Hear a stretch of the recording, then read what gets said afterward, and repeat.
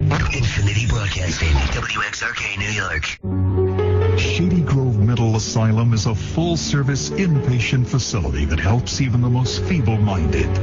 Our doctors can cure even the most dim-witted patient. Here's an example of one of our successes. A patient we'll call Tom C., a radio station general manager. When Tom came to us, he was as out of it as any patient we'd ever seen. Will you shut up, Tom?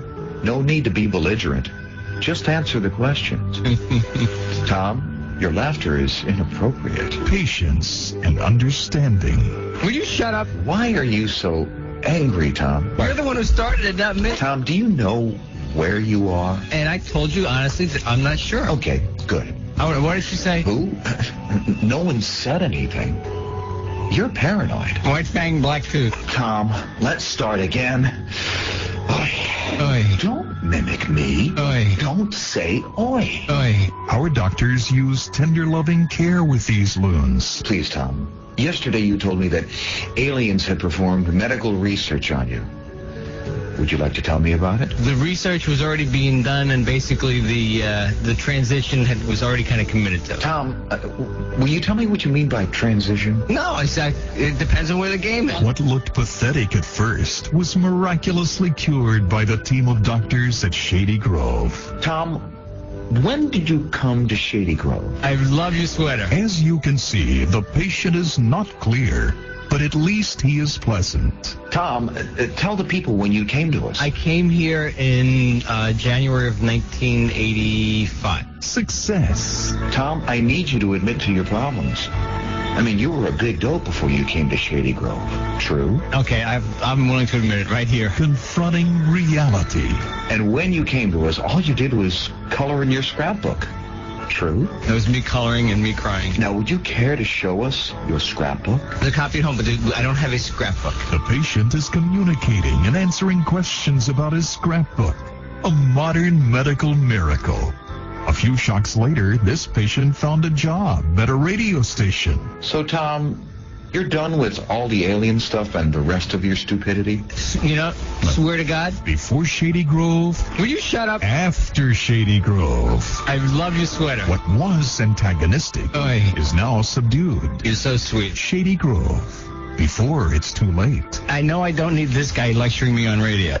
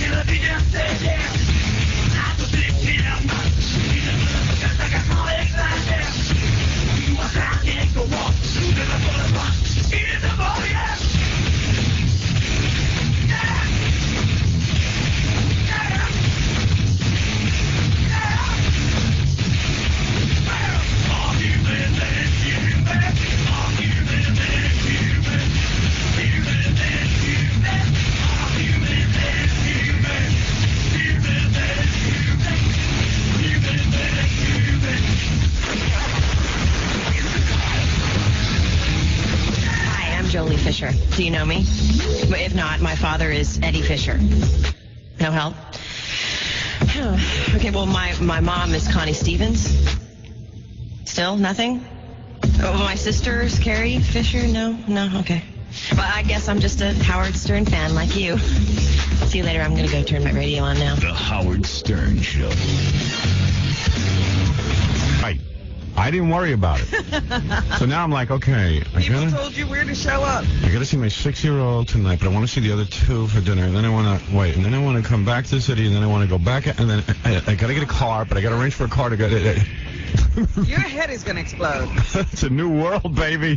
Help me. Somebody. Didn't I tell you this sounded too complicated? My wife said, you can't handle this. I know it. Really? And she's right. I can't. I can't. Crazy. I can't handle legal separation. You know. On Gary's teeth. You can't handle the teeth. So you're going to just run back and forth all weekend? Well, at various times, yes, Robin. Yes. It's like a shuttle bus. You might as well get a cab and drive a bus. I know. Anybody need a ride out to Long Island? You got a route. Doop, doop. Come on, hop in the car. You know the solution, right? Why not make What a is couple it? of stops? Get back together again. Buy one of my houses. You get yourself a Winnebago, so that way You can be in the you're house. spending quality time on the way there and on the way back. Yeah, right. We have time in the house. That's right. You park, you're at home. Yeah. Makes sense. Anyway, I got to figure the whole thing out. I got it all figured out in my head right now. I just want to write it down I'll somewhere. bet you, though, even after you figure it out, the execution of it Oh, is going to be crazy. mind-blowing, Crazy wild. Because even with my 6-year-old, I'm always used to having a housekeeper around that really plays with the kid. I don't play with the kid. Yeah, you're really going to have to do You this. know, I got to play with the kid. You're Get going a to have to be the one. Yeah. The hell am I going to do with a kid? Well, you're going to find out. I didn't have kids. My wife did. No. You were there. I was there, but that wasn't part of the deal. I got to figure it all out. You were there. What are you doing? Can't you watch the kids? I'm busy. What, busy? With those damn cats? I'll kill every one of You them. know, they should come over. You want to go take them to my house and they can visit the cats? You know, it's like a museum over there. It's a cat exhibit. That's not a house. It's a kennel. It's a natural habitat for Yeah. cats. It's the wild cat safari. All right, kids, you know where I'm taking you today? To this crazy cat lady's house. You go there, and, like, all these animals just climb all over you, and they crap on the floor. It's great. It's not crap on the floor. No, they can see the special machine that takes care of the crab. Yeah, You know, it's beautiful. It smells a little funny in the house, but don't worry about it. Dare you? My house does not smell, you bastard. That's Got why to. I invited you the other day because I said I was going to tell you this story. When did you invite me to your house? The other day when we were talking on the I didn't hear phone. that. I never heard an Said, invite. when you finish your apartment, you'll have me over. And I said, and I want to have you over here, too. And I started to tell your story. We got diverted I do remember that. somehow. Yeah. But the reason for the story was that was it Gary who told me that David Grohl was in here the other day? Yeah. And he said, oh, Robin's into cats when he's in the green room. Maybe it was Ganji who heard the Yeah. story. Robin's into cats. And he said, well, how many... That's the truth, for crying out loud. What is it? You come to my house. Well, you know what? I'm having my alarm system redone in my house. So the Slomas guy was out yesterday, and he's also worked with Robin. And Right. he wasn't talking, he wasn't trying to talk behind her back. But It's all right. apparently, Robin's got in her house has a lot of motion detectors. Yes. They have to be reset a lot because the more cats you get, Right. the more they keep setting off the motion detectors. Oy vey. What is going on? There's no more setting. I'm not getting any more cats. All right. Yeah. Good Lord. I guess Special motion detectors for the cats. Cat alley. So, kids, what we're doing this weekend is we're going to this lady's house. See, don't tell them it's your house. I don't want to seem like it's special. Hey, we're going to this lady's house where it's just a natural cat habitat. And you see cats just roaming freely in the wild. We'll stay in our car. Yeah, it's beautiful. Cats don't get us. We're going to Kitty City. It's this whole new exhibit. To learn all their names. Right. And it's fun. And let me make it clear, there are no 13 cats anywhere. Right. Now, didn't you ask Stuttering John if he wanted a cat? I just happened to see a beautiful cat the other day, Oh. and I was looking Oh, for a home. Now she's a pusher. I'll push her a cat. To push her lifestyle. I thought you were giving him one of yours. No. No. I wouldn't part with any of mine. Keep your hands off top. All right, listen, we have to take a break. We'll be back right after these words. We have a big show for you. And then I want to tell you my big idea. Oh, you got a big idea. We're gonna raise money for charity today. Uh-oh. Yes. Wow. What charity? Hold on. Okay. I got an idea. Got a Jokeland. Jackie the Jokeland. Yes. All right, we'll be back right after these words. Podcasting from the top of the Howard Stern building. You're listening to the Howard Stern Show on the Stolen Vehicle Police Recovery Network. I'm so sick of feminists and that f***ing mentality. I take the subway every morning. You guys take the subway? Have you got on the domestic violence car? Have you been on this thing?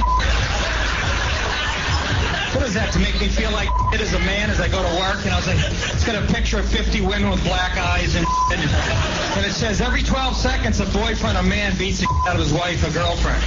Don't try every 6 seconds a woman takes her husband for half of what he's worth, you know? Why don't you put a picture of a bunch of guys up there with their f***ing checkbooks open and a bunch of zeros? The truth. Every 12 seconds. They don't tell you what happened the previous 11 seconds when he walked in and, you know, she was sucking his best friend's you know? You don't see pictures of that on the subway cars. Yeah. I'm not defending OJ, but I understand.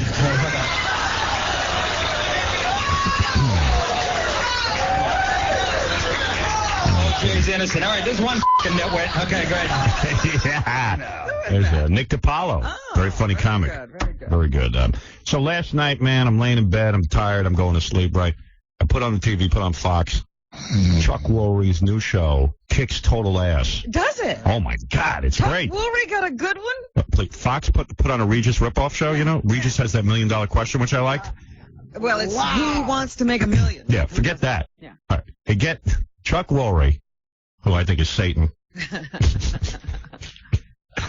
Chuck has very little to do with it, let's be honest. Well, he never had anything to do with anything he's ever done. Yeah, evidently it's a TV show that was, I think, adapted from an English television quiz show. Regis is the one that was adapted. Oh, is that right? Yeah. All right, so this one is called Greed. Right. All right. I don't know. Are they doing this once a week or are they going to do it every night? If they do it once a week, it's special. Let me see the TV list. Although if it was on tonight, I'd watch it again. Well, I don't understand even Regis' show. They only bring it back for a 2-week stint. You see, Regis is blowing it. I don't know why, but they had that on for 2 weeks. It was a ratings killer, a giant. And then they went away and said they have to produce more shows. That show's the easiest show in the world to produce. It's a guy standing at a podium with one guy asking him questions. I thought they were going to produce a whole season. Yeah. Now they've only produced 2 more weeks. Yeah, it doesn't make any sense. You think they'd jump on it when they saw it was the same? And you know, like Regis's thing, you got to go through a lot of hassle to get the $1 million. Yeah. This show's unbelievable. Yeah, it's not on tonight, so... Okay, so here it is. Here's how it works. I'm sitting there laying in bed. They got a real evil-looking set, and it's called Greed. And they take a guy. He's the team captain. And they take 4 other people from the audience. Oh, it's from the audience. I don't know where they get them from, but it's 4 regular dudes and a dude. You know what I mean? The dude is the team captain. And what they do is they got a pyramid.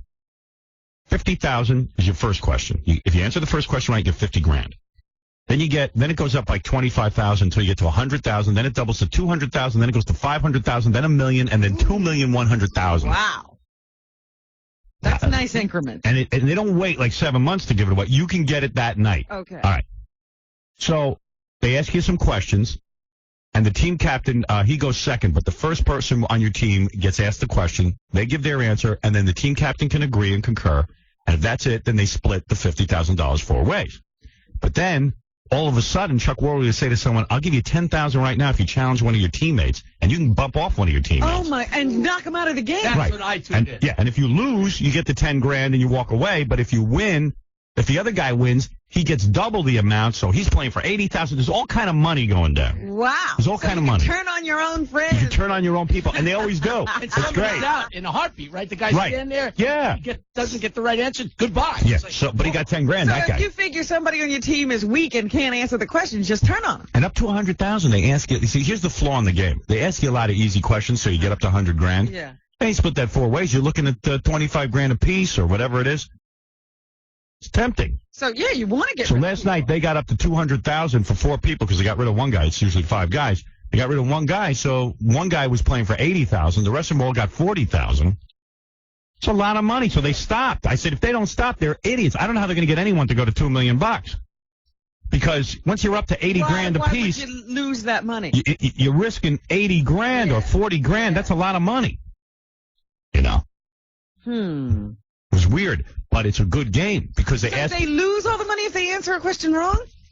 Yeah, that's it. It's over. You're out. So that's bad. It's greed. Another. But let me tell you something. You would like this show because it's fun. And the questions are easy enough so even an idiot like me can answer all of them. Well, you know what? I was watching Hollywood Squares the other day. Yeah. We got some stupid people in this country. Yeah, I know. Because the Hollywood Squares questions are elementary level. Right. And there was a woman on there the other day who didn't know anything. They kept giving bluff answers to things like A is the first letter of the alphabet. And somebody would say, no, the first letter of the alphabet is C. Yeah, right. And she would go, I agree. Right. I mean, they were that stupid. I know. Questions, and this woman didn't know anything. You know, this show, Greed, though, is real good because it's $2 million. Yeah, for stupid answer. What are now, when you get up to, you don't know what happens after. Yeah, well, like the first question was so easy. It was like, what company invented the first TV dinner? Now, I knew the answer right away. Was it Swanson? Swanson. Yeah. But they give you 5 choices. So, you know. Oh, my God. So it's multiple choice even. Yeah, it's easy. But as it goes on, it gets more and more difficult. Okay. Like one of them was a good question. Like one of them was, what are the 4 favorite, according to the Kool-Aid Company, what are the 4 favorite flavors, best-selling flavors of all time? So they had like lemonade, grape, orange. And cherry. And iced tea. And what was the other one? I forget the other one. Beer. Something like that. And then Chuck gives you a freebie card on it, because that's kind of hard. He removes he removed one wrong answer. You know what one of the wrong answers was? Root beer. Orange. Orange was Orange is not. See, you would have taken that. Taken orange. So iced tea was wrong, and then so they got that one, and that's when they got the 200 grand. But it's that kind of stuff. But let me ask you something. It's a good trivia game. In the how do you make Who Wants to Make a Million? You can call people and ask for help. Yeah, but you get help right from the people right there. Just your team. Yeah, okay. It's good. I'm telling you, it's a good show. That's the thing I like about How Do You Make a Million. You call in, you got other things you can do to help you answer the question. This game's loaded with all that crap. All right. And it's very immediate. Howard, I saw it when they came down where the 2 guys faced each other and had one guy lock the other guy out. Yeah, that's right. It was cool. In a heartbeat. Yeah. But he got 10 grand from knocking the other guy out.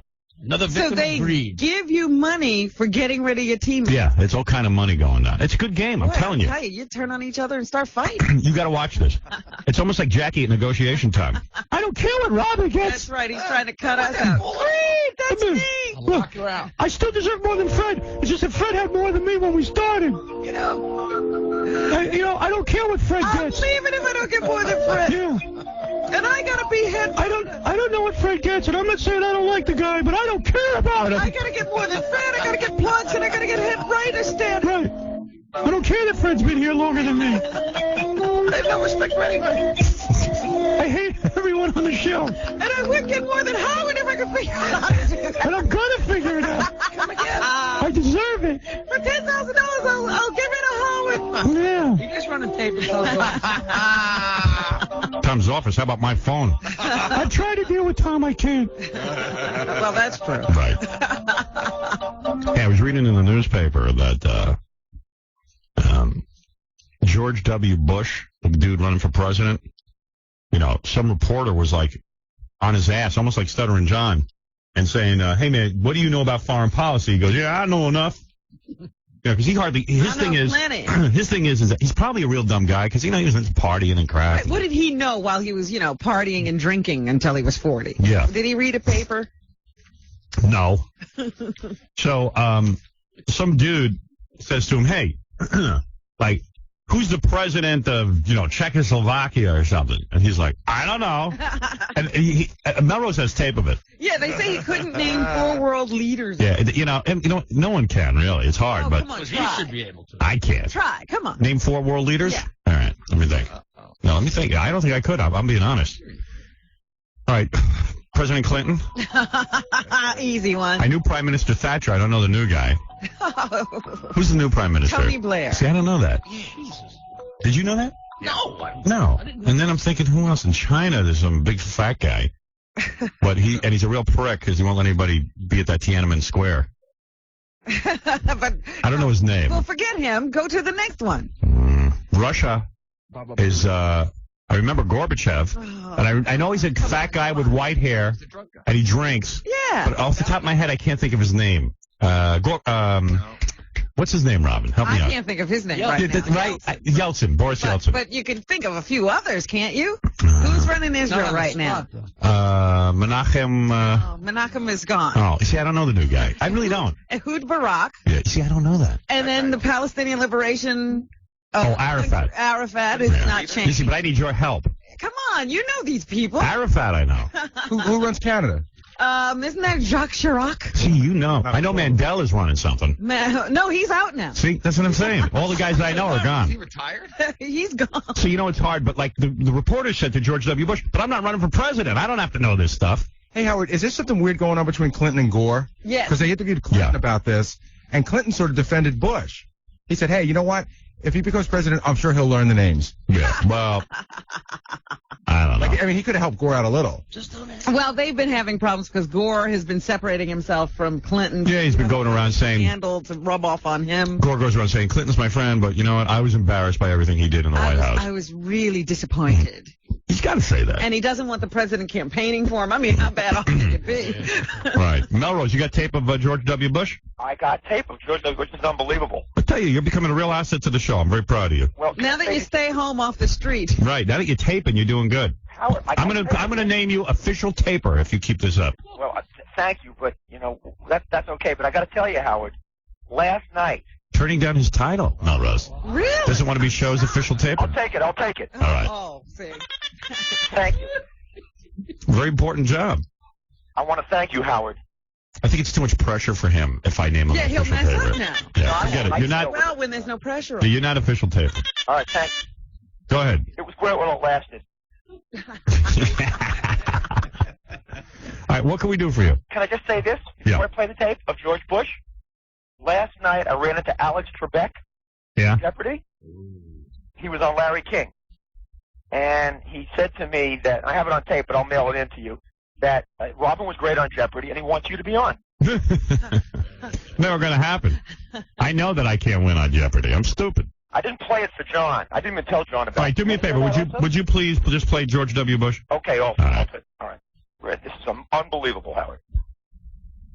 Let's go to the tape. Seasoned political reporter from our affiliate in Boston put Bush on the hot seat yesterday. The interview quickly turned into a pop quiz on naming foreign leaders. And as you're about to see and hear, Bush was not at all pleased with the surprise. The interview with Bush actually began with the candidate dismissing the notion that he might be weak on foreign policy. No. I got a clear vision of where I want to lead America. So this is when the reporter Andy Hiller asked Bush to name the leaders of 4 world hotspots: Chechnya, Taiwan, India, and Pakistan. The president of Chechnya is a former colonel in the Soviet Army. Can you name the president of Chechnya? No, can you? Then the reporter asked him about the leader of Taiwan's government. Can you name the president of Taiwan? Yeah, Lee. Can you name the general who's in charge? Wait a minute, is this a 50 questions? No, it's 4 questions of 4 leaders and 4 hotspots. Then Bush was asked to name the top man in Pakistan, General Pervez Musharraf, who overthrew an elected government. The new Pakistani general has just been elected. He's not elected. This guy took over office. He appears he's going to bring stability to the country, and I think that's good news for the stuff. And you can name him. General. I can't name the general. General. And finally, Bush was asked to name the leader of India's government. And the Prime Minister of India? The new Prime Minister of India is, no. Can you name the Foreign Minister of Mexico? No, sir. That's Bush talking, Howard. I know it's talking. He's the male Tory spelling. Howard? Yeah, is that it? No. I just wanted to clarify. Now Bush is yelling at the reporter. Yeah, I know. Come on. Okay, I'm sorry. Who needs your clarification? You got it straight. Here we go. I understand, but the point I say to you is that, you know, if what you're suggesting is that what I'm suggesting to you is if you can't name the foreign minister of Mexico, therefore, you know, you're not capable of what you do. But the truth of the matter is you are, whether you can or not. So, was that fair or was it not? That is it, Howard. I think it's fair, but Yeah, sure. Anything's fair. it's pretty bad. He can't name any of those dudes. Yeah, and those are hotspots, the places he'd have to deal with. So Pretty funny. Maybe So now you should know. Al Gore is like going around crowing. He's saying, you know what? He's boning up on names. He said George W. Bush talking about foreign affairs is like a billy goat on AstroTurf, whatever that means. Billy Goat can't eat Astro. Right. There you go. Also, Howard, Yes. Yeah. I got regards to you. I interviewed Vanessa Williams and Babyface last night, and Vanessa Williams told me to say hi to you and Dr. Sarno. Really? Oh, did she go to Dr. Sarno? She got the book for her father, she told me. Yeah. You know, my agent was just telling me he bought 100 copies of the book. He just hands them out to all his friends. Is that right? Yeah, because he was having a problem with his back, and now all of a sudden he doesn't have it. He went over to see Dr. Sarno, and he read the book, and he said, man, because we used to, whenever we'd go to L.A., he's always like, I can't come downstairs, I have to do my stretching exercises. Right, he's always doing, I do my exercises, have to do my exercises. Yeah, and I went, dude, those exercises have nothing to do with your back. He goes, yes, they do. And now he says, I don't have to do my exercises. So beautiful. Exercises. Yeah, every minute with the exercises. All right, Melrose, good Also, job. Howard, Yes. you were on Extra last night. Uh-oh. Oh, yeah, they were still talking about the Kathy Lee stuff. All right, let me talk about Kathy Lee. I got a great idea. Okay. All right. Dude, thank you. I have the extra if you need it. Do we want to hear it?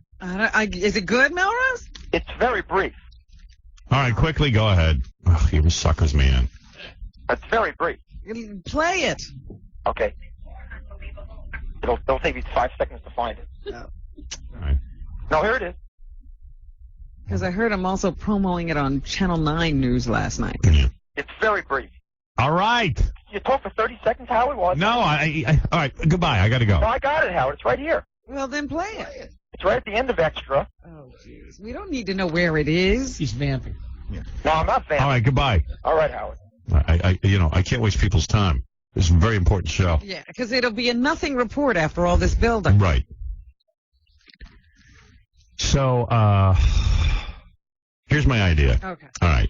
As you know, Kathy Lee wrote me a personal note, which I read on the air yesterday, about my recent marital woes. Yes. Should I let me read it again. Yeah, it doesn't take long. You can read that faster than Melrose can find. It's very brief. What? Very brief, Robin. Find that little segment on Extra. Dear Howard, I was very sorry to hear the news that you and your wife have separated. It's hard to know what to say except to share what has worked in my own lifetime and time again. God loves you, and He cares about you and each member of your family. He's there when you need Him. And if you're like me, you need Him all the time.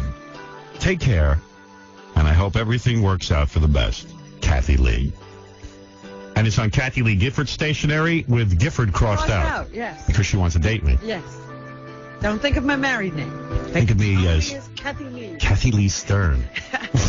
So anyway, Last name interchangeable. as you can see, Robin, the original envelope with K.L. Gifford, Howard Stern, and personal written on it.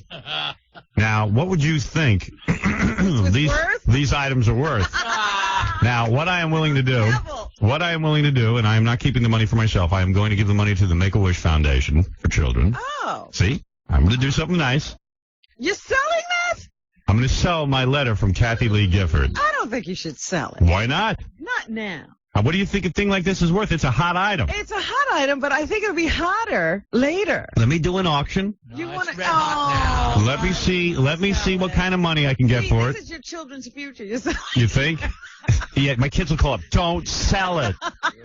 Right now, Howard. I got to tell you something. What? I was going to take this and frame it and keep it on my desk because people go, oh, Absolutely. In fact, the only other thing I was thinking of is if we could get a Kathy Lee imitator to read it over music so we could use it on the show all the time. You know what's funny? As I'm sitting here holding it and the texture of it and her handwriting and the raised lettering and thinking of it sitting on my desk and everybody who ever comes into my house will laugh. Yeah.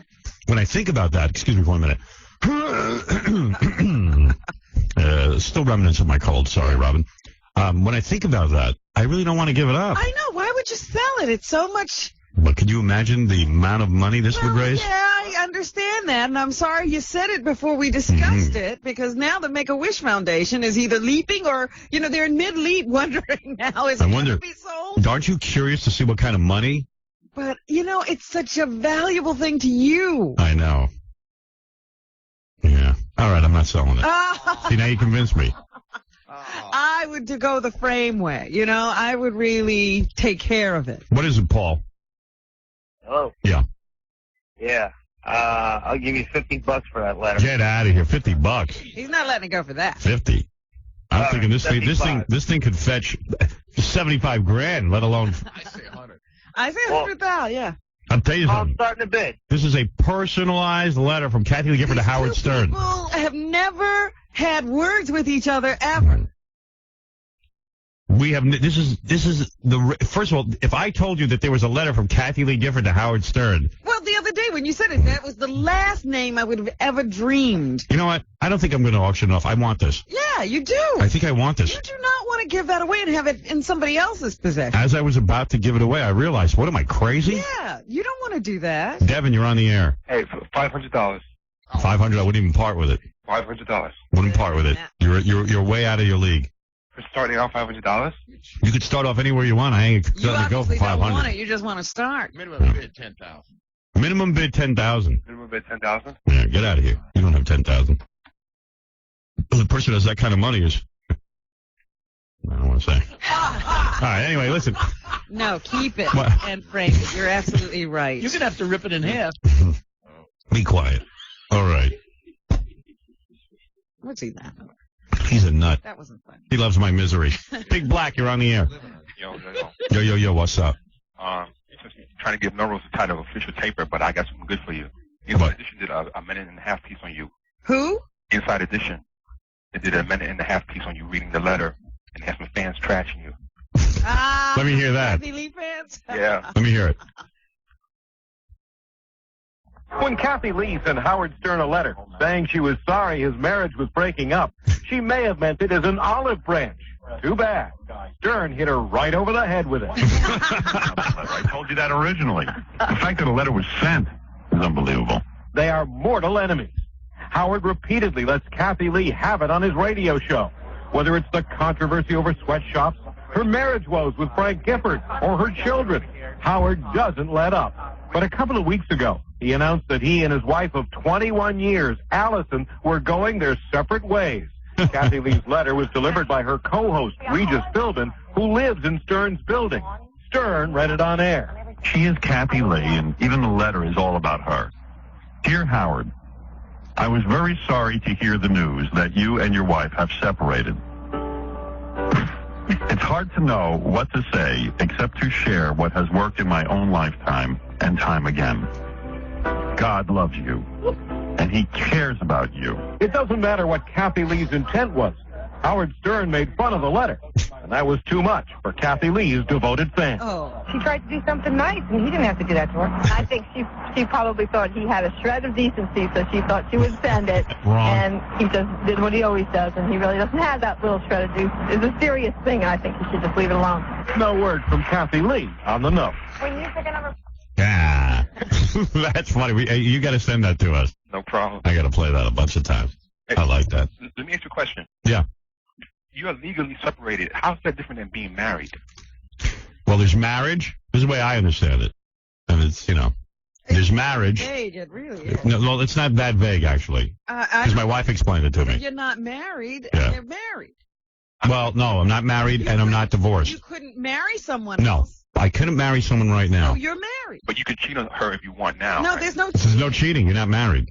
But you are married. No. You're not. You're legally separated. So what's the difference then? All right, here it is. There's marriage. That's when you got a wife. Right. There's divorce. That's when you got no wife. And then there's legally separated. And what do you got? Yeah. My wife explained it to me. You have no marital obligations to one another. You're not married, but you're not single. You're legally separated. That is stupid, is what it is.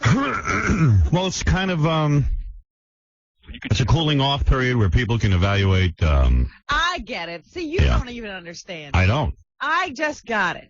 What it is a pre-divorce. Okay, call it what you will. I don't know what the hell to call it. Already got everything split up, Right. but you haven't done the last legal thing. That's true. So you're not married, but you're not You divorced. are married.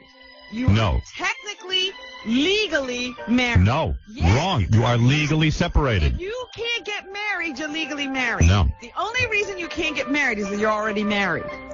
Yeah, but you're not married. you're married You to can't me. say you're married. You're you have to. If they ask you on a form, you're legally separated. Yes, but you're not divorced. No, So but you're not married. If they came down to it, you could only be married or divorced. See, this is what my wife asked the lawyers. See, you're not a lawyer. It's not a problem. We said, are we married? They go, no, you're not married. Are you divorced? You are not divorced. What are you? You're legally separated. It's a different state of affairs. Free to date, Can you not free bang to chicks marry. now? Can you bang chicks? If you wanted to, yeah. Yeah. Well, of course you could. You're not married, but you're not divorced. You're legally separated. Here, Dominic will explain. Free divorce is what it is. No, whatever you want to call it. This is. You asked me what you are, Dominic. You're on the air. You know. Here's what it is. Ready? Right. Okay. When people sign a legal separation agreement, they are legally separated between them by a contract. But they are still married. See? Right. Because you're not divorced yet. However, the contract provides all of your legal understandings between you, and if you ever get divorced, this type of contract will control what will happen when you get divorced, so you don't fight again. Right. Now, the big question everyone always wants to know is, can I date? Am I allowed to date? And the answer is, you actually can date because the contract already has said what's going to happen when you get divorced, so that dating wouldn't really matter. But technically, and this is the strange part under the law, it's really still adultery when you date, but it doesn't matter. But also, it's really, just in practical terms, forgetting the law for a second, it's really up to the couple how they proceed. Yeah, but we're talking Right. legality. Yeah, That's right. what we want. Yeah, and Dominic is explaining it properly. That's the way we were explaining And it. then I said you were still married, and you are. But what's also nice Yeah. about these agreements... Well, I guess you could say, but you're not married. You're legally You don't have any separated. marital obligations, Right. but you're married. Well, now what also it says is, let's suppose that you and Allison get to a point where you want to try to date again. You say, you know what, maybe we want to get back together. Right. Well, you can even have relations. You can even be together, and this contract does not fall apart. Right. It stays legally binding, and that gives you the Well, opportunity. that's another question I want It to also ask. gives you the If opportunity. you get back together, Yes. what you have to dissolve this contract? That's right. Yes, That's it actually right. provides in the agreement always, in writing, it says that if you want to terminate it, the way to terminate it would be both of you sign another agreement canceling the separation agreement. Yeah, you get all kind of agreements. See? Question? Yeah. After a certain amount of time, does this become a divorce? No. Well, No, after a year or something like that. They're all standard, evidently. That's how Dominic... by the way, Dominic had nothing to do with it, but he does this kind of work all the time. Right. How come you didn't hire him? I wouldn't. First of all, when he's friends with both of us. I would be the only one at the table crying more than them. Right. The question is that there are many grounds for divorce in the state of New York, but one of the grounds is that you have signed an agreement and lived apart under it for 1 year. So that is what we call, that could be the cleanest way to get a divorce. Why do we have to talk about Wait a minute. We're just talking about legal separation. Right. I know that, but I don't want to think about it. Does anybody care? Does anybody care about me in this? We need to. Does anybody care that I'm in some pain here? You want to know what, Howard? What? I have We to feel tell you. unclean. I went to the third Good thing he's explaining it. I never read the thing. I swear to you, I couldn't. It's too painful.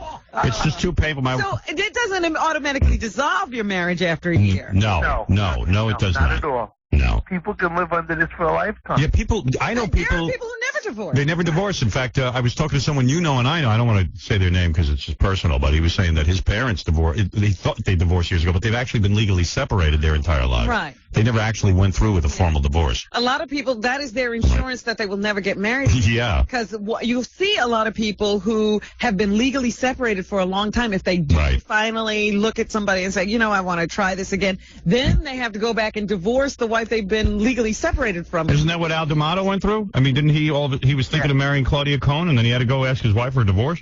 Yes. Yeah. Because he was like legally separated, yeah. Now, Now, the funniest thing, you say no one cares about you, Howard. I went to the third Yankee game, and I'm walking around, and there are people who are, Yankee fans, baseball fans, and they're all coming up to me emotionally upset about you. Well, listen. I don't listen. He wasn't saying nobody cares about him. He was talking about this particular incident. Yeah, where I don't really. Legal I don't really want to think about it. It's very upsetting to me. Hey, Dominic. Yeah. Oh. Is it legal for me to instruct his wife in karate? What? What? What are you drunk? Are you on crack cocaine? I want to instruct her in some karate. Look, you won't even leave the house, so we have no worries about you. She wants to be the Negro karate instructor. All right, get out of here. But you won't leave the house. Maniac. Dominic, thank you very much. Bye-bye. Go Dominic, learn karate yourself. Yeah. You're the guy who gets your ass kicked by black guys and white guys. Hey, man, but that could be easy $40 million. Get out of here. And that's a ridiculous figure. And it's just absurd. He's still trying to figure out how not to have to work. This is how he's going to marry your wife. Yeah, get out of here. Always got a scheme. I'll tell you, that would make me jump out a window. All right, goodbye. If you're listening, Allison, that's good. Oh, get out of here. I'm hanging up on you. Imagine. I mean, this is ridiculous. I want to know when, I want this out of the public's consciousness. That's what I think. I never really considered what that was before. Right. Well, okay. Can we stop considering it now? All right. Yes, Baba Luhai. If you want to shift gears, you know how nutty people. Thank you. You know how nutty people always stop by our show late in the show, and yeah, I wish they would come a little earlier. Yeah. Well, I got a woman out front. She's probably around 25, and she's she's sort of cute. Right. She claims that she's dating Brad Pitt, Ricky Martin, and Ben Affleck. They've all proposed to her in the last 3 weeks. Right. Tom Cruise is her agent. Madonna is. Okay, we want to meet her. Why don't we take it? Wait a second. Yeah. And Chris Rock, she's very upset with him because he tells everyone that she wears her underwear for 5 days in a row. There is a God. Finally, we're off me. How about if all of this is true? Yeah. Right. If it's all true, then I'll show you my penis. All right. Why don't we take a break, Robin? Regroup with the woman who is dating Brad Pitt, Richard Gere. No, Ricky Martin and Ben Affleck. Martin. Oh, and Ben Affleck. All right. Yeah, she doesn't want to lie. Richard Gere is not one of her boyfriends. All right, we're going to take a break. We'll be back right after these words. 92.3 K-Rock. You're listening to a man who could cure cancer. He just doesn't feel like it. Howard Stern. Don't forget about the TV show, which happens Saturday night. Yes, we will run Barry Williams, Greg Brady performing Rhythm of the Night live with the Losers, our band. I'll play steel drums. I'm bent over those steel drums like a praying mantis. Baba Booey. Yeah, Baba Booey is on, and Barry Williams doesn't miss a beat. Nothing stops it. Right. And then there's a male go-go dancer. Oh. The world is on your shoulders, and all of the night. Wait till you see the look on Barry Williams' face when we tell him the guy just crapped all over the floor. Get out into the street. Also, Tara, the hot aerobics instructor, burps while in a bikini, and she's really got the best body I've ever seen on a woman. Casey Armstrong gets a foot massage from a gay man and freaks. Also, great animation. Blacks falling out of the closet, Stern at the gay games. A real funny cartoon. And Gay Family Feud with Rebecca Lord as eye candy because it's such a gay show. We had to put a woman in a bikini to stand at my side during it. Unless you did that, everybody would run away from the set. Meet Lonnie from Scores and also... yes, the great Lonnie. Yeah, Lonnie's on there. And also a tribute to the women of the Howard Stern Show, which is very beautiful and very sexy. So that's this Saturday night in syndication. It's a great show. Maybe our best. Very, very proud of it. A lot there for your viewing pleasure. I'm going to put my Kathy Lee letter back. Yeah, you can't sell it. According to the New York Post, they took a poll. Who took this poll, by the way? The New York Post? Richard Gere is the sexiest man alive? I think that's People. People. Magazine does the sexiest man alive. Well, screw those guys. What do they know? Don't you think Paul Rodriguez is the sexiest man alive? He'll be in here in a couple of minutes to play the... Probably has some objections to the poll. Yeah, there's very few Hispanics on it. Are you ready to meet the interesting woman? Yeah, let me meet that woman. Gary says this woman's a real trip. Her name is Sunshine. Oh. There's Sunshine. Well, Sunshine, you look like a young girl. How old are you? 25. You're 25. You look much younger. Yes, I am. All right. Now, Gary tells me you have a whole list of celebrities that you are... Take a gum out of your mouth. It's hard to listen to you. You're very annoying. You know you love me. You lie. I love you already. I know you do. Do you and Howard know each other? Oh, hell yeah, we do. Don't you even lie, Stern. You know you love Really? me. You say the F word. So you've been emailing her without telling her. Oh, yeah, sure. Absolutely. Tell us about... This is funny. Something about Brad Pitt. You know him? Yes. Tell us about the celebrities you know. Okay, Brad and I go back to about age 7. Right. And Ben Affleck and I go back to age 11. Wait a minute. Your age or their age? Because you're not the same age. No, Ben Affleck is 27 and Brad Pitt is 29. Right. Yes. So when you were 7, you met them? I knew Brad Pitt when I was 7. I was discovered by Tom Cruise and my mother. What were you doing? Tom Cruise is your agent or your manager? He's my agent. Uh-huh. He's my secret agent man. Really? And where do you live, in Los Angeles? No, actually, I'm originally from Massachusetts. Where do you live now? Mars. Yeah, pretty much. Uranus, actually. Are you homeless? Yes, I'm homeless. Are you really? Homeless as hell. Are you really? You have nowhere to live. Oh, nowhere. I'm living on the streets. Are you really? Last night I stayed at the bus station. Is that true? Oh, definitely. You have no parents? You have no idea. No, I have parents. You do? Yes, I do. Where do they live? In Tewksbury, Massachusetts. Oh, I see. You don't want to stay there. Right. So you live... No, I don't. So you're homeless in Manhattan? You stay at the bus station? Well, actually, I just got in last night because I found out about this conspiracy against you. Yes. And I had to run in and tell you. Yes. It's just... It's in the Globe, this conspiracy? What is the conspiracy? Oh, just this man. What? Oh, boy. At least she's happy. She's not bad looking for a kook. The headline she's talking about is the real reason for the Howard Stern Yeah, bus stop. stay on low. Look at the real moon. reason. Yeah. Oh, that's where I go to Scores and see Oh, strippers? definitely. Oh, yeah, the strippers and hoes series, yeah. But tell me about you, though. You're a fascinating Why woman. would Tom Cruise let her live on the street? No. See, the situation is we're sociologically studying a theory about strippers and hoes generation between the generation before us and the generation now. And why is Tom Cruise, if he's your manager, why is he allowing you to live on the street? No, it's actually not that he's allowing me to live on the street. It's You're doing a actually study. project. I Exactly. see. Research. Altogether, exactly. Did you go to college? Is that when you lost your mind? No, yes. Well, I lost my mind when I was around 7, but that's okay. Did you go to college? Or have you ever been hospitalized? No, not at all. Really? Are you I on know any? some people that need some Luvox. What is Luvox? Oh, Luvox is an obsessive compulsive disorder. Oh, it is. Do you have that? No, absolutely not. I'm the only sane person around here. Are you on the drug Luvox? No, I'm not on any drugs. You're not on any medication? know that Not at name? all. Yeah. How do you know the name Luvox? Because I study psychology as a professional. I see. In fact, that's where I'm torn between the music industry and college right now. Guys, if you run into this chick, she's not that bad looking. It'd probably be real easy to bang her. Is it easy? Are you easy in bed? No, that's awful. I'm actually a Catholic. I really practice the Catholic religion. Right. And I'm actually saving myself until marriage. How's your body? Is it nice? It's hard to tell. You're covered up in a sweatshirt and stuff. Are you good See, looking? that's just it. My body is a secret. I don't like to share it with anybody. Yeah, good. Don't share it with me either. Oh, I don't even want to know. What do you mean I'm awful? Can we call your family? Can we call your family? Where's your mom and dad? Yeah, call my family. Really? No, really don't.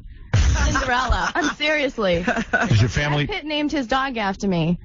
What did he call it? Cinderella. Crazy. Cuckoo. Loco. God, you're in big trouble when I see you know it. All right, how often do you see Brad Pitt? Tell us all the celebrities you know. How often do you see Brad Pitt and where do you see I don't him? even care what you think. Where do you see Brad Pitt? I just saw him last night. We went to see Fight Club. Right. And he went to see his own film? He was with you? He did, yes, and he talked like this, and he said his name was Billy.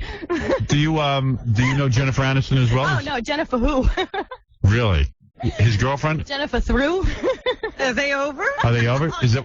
Yeah, they're so over. It's sick. I was wondering what the heck is up with New York. Are they going to, publish it or what? So Brad Pitt told you last night when you went to see the Fight Club with him He loves me. that he's in love with you and he doesn't want Jennifer Aniston.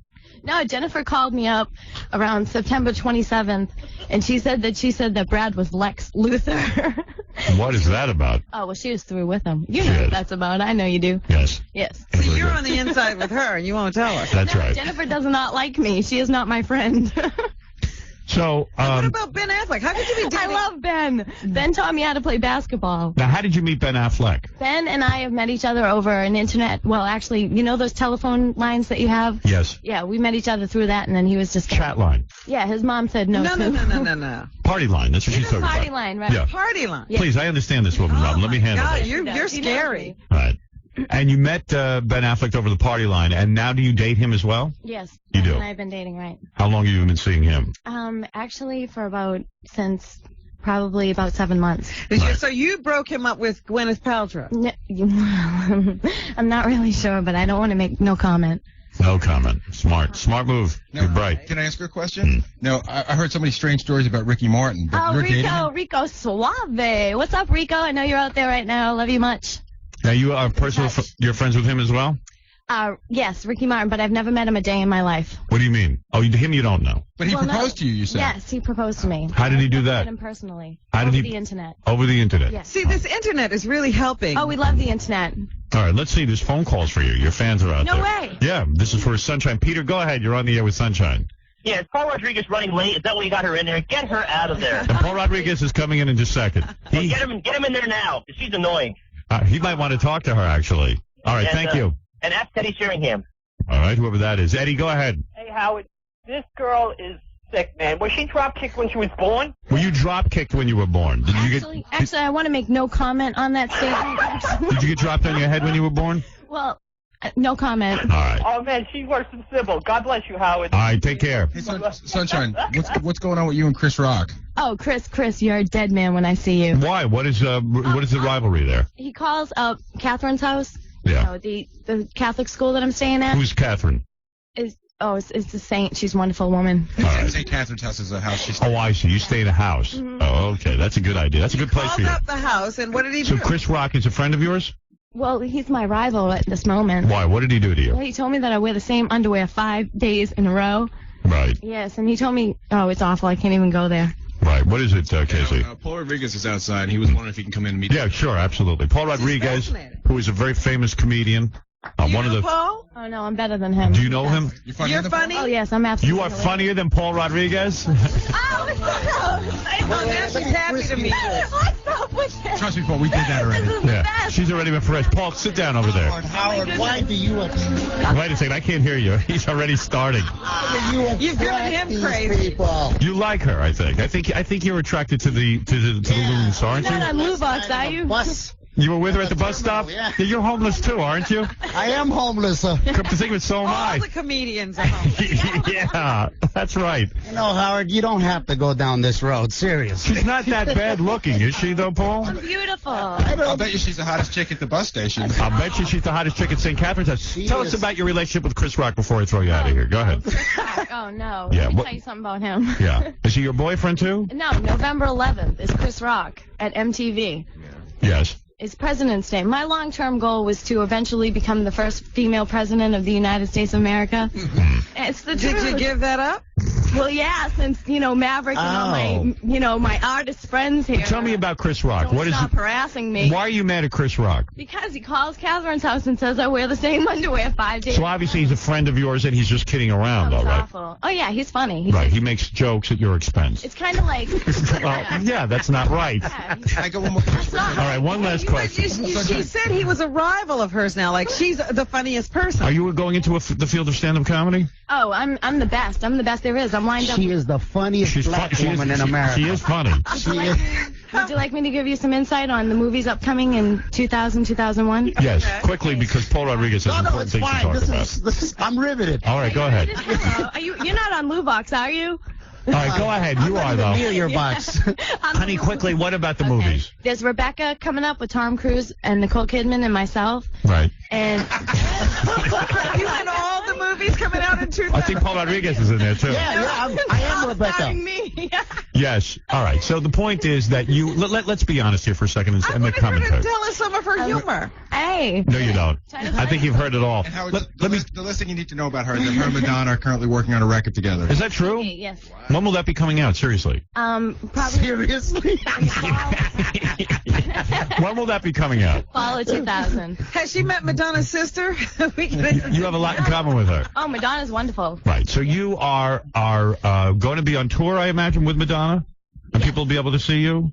Yeah, she's playing all the Greyhound stations across the country. Yes, I am, and that's not funny. We finally found someone more delusional than Mark Harris. Can we hear her sing a little bit? Because she's Let's hear you sing. Go ahead, a little something.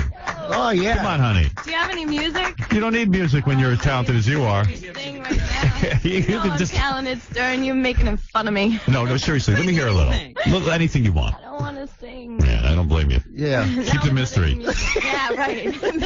Listen, You let's know, make real a... singers sing at the drop of a Let's hat. make a serious commentary right now. This girl, Sunshine, obviously is deranged. Oh, yeah. That's why she won't let us call home. Well, I don't know. You know, I think I have seen her with Ben Affleck. You have? Yeah. Because you're at a lot of Hollywood parties. Oh, yeah. I thought I was with. Well, I know she's lying about Brad Pitt because I was with him last night. Right. How was it? You saw Fight Club. Yes, we went to see Fight Club together. I didn't see you there, Sunshine. What did you think about Fight Club?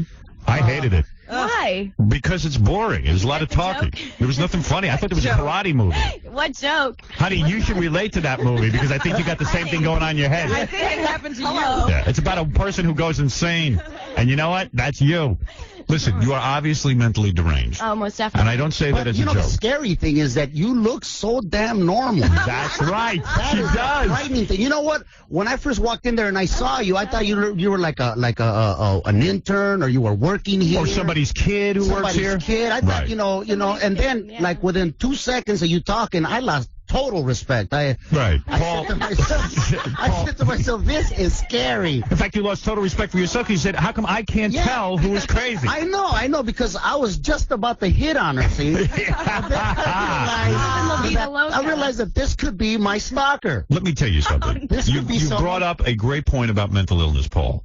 It hides. It hides itself. Oh, but I've never seen it hide this well. Obviously, this is a girl. This is the best camouflage of lunacy. Sunshine, I've ever could you be seen. real for a minute and tell us what happened in your life? Was it a molestation? Was Are you it putting this on, first of all? really what happened in your life to cause the breakdown, the snap? Brad. Did it happen when you reached college age and all of a sudden you had to leave the home? In And grade school. in grade school you snapped. It was At awful. what point did you lose total When did the split occur? Yeah. Yeah. At what point did you go insane? Yeah, when did you realize? Were you the kid in school? 1982. Were the kids in school making fun of you? Was that it? No, the kids at school absolutely adore me. Right. When was Blast Off, though? Squad and everything. Yeah. School? When was Blast Off? 1982? Yes. Right. And what happened? You had a break When with did you reality? start hearing voices? You did have a...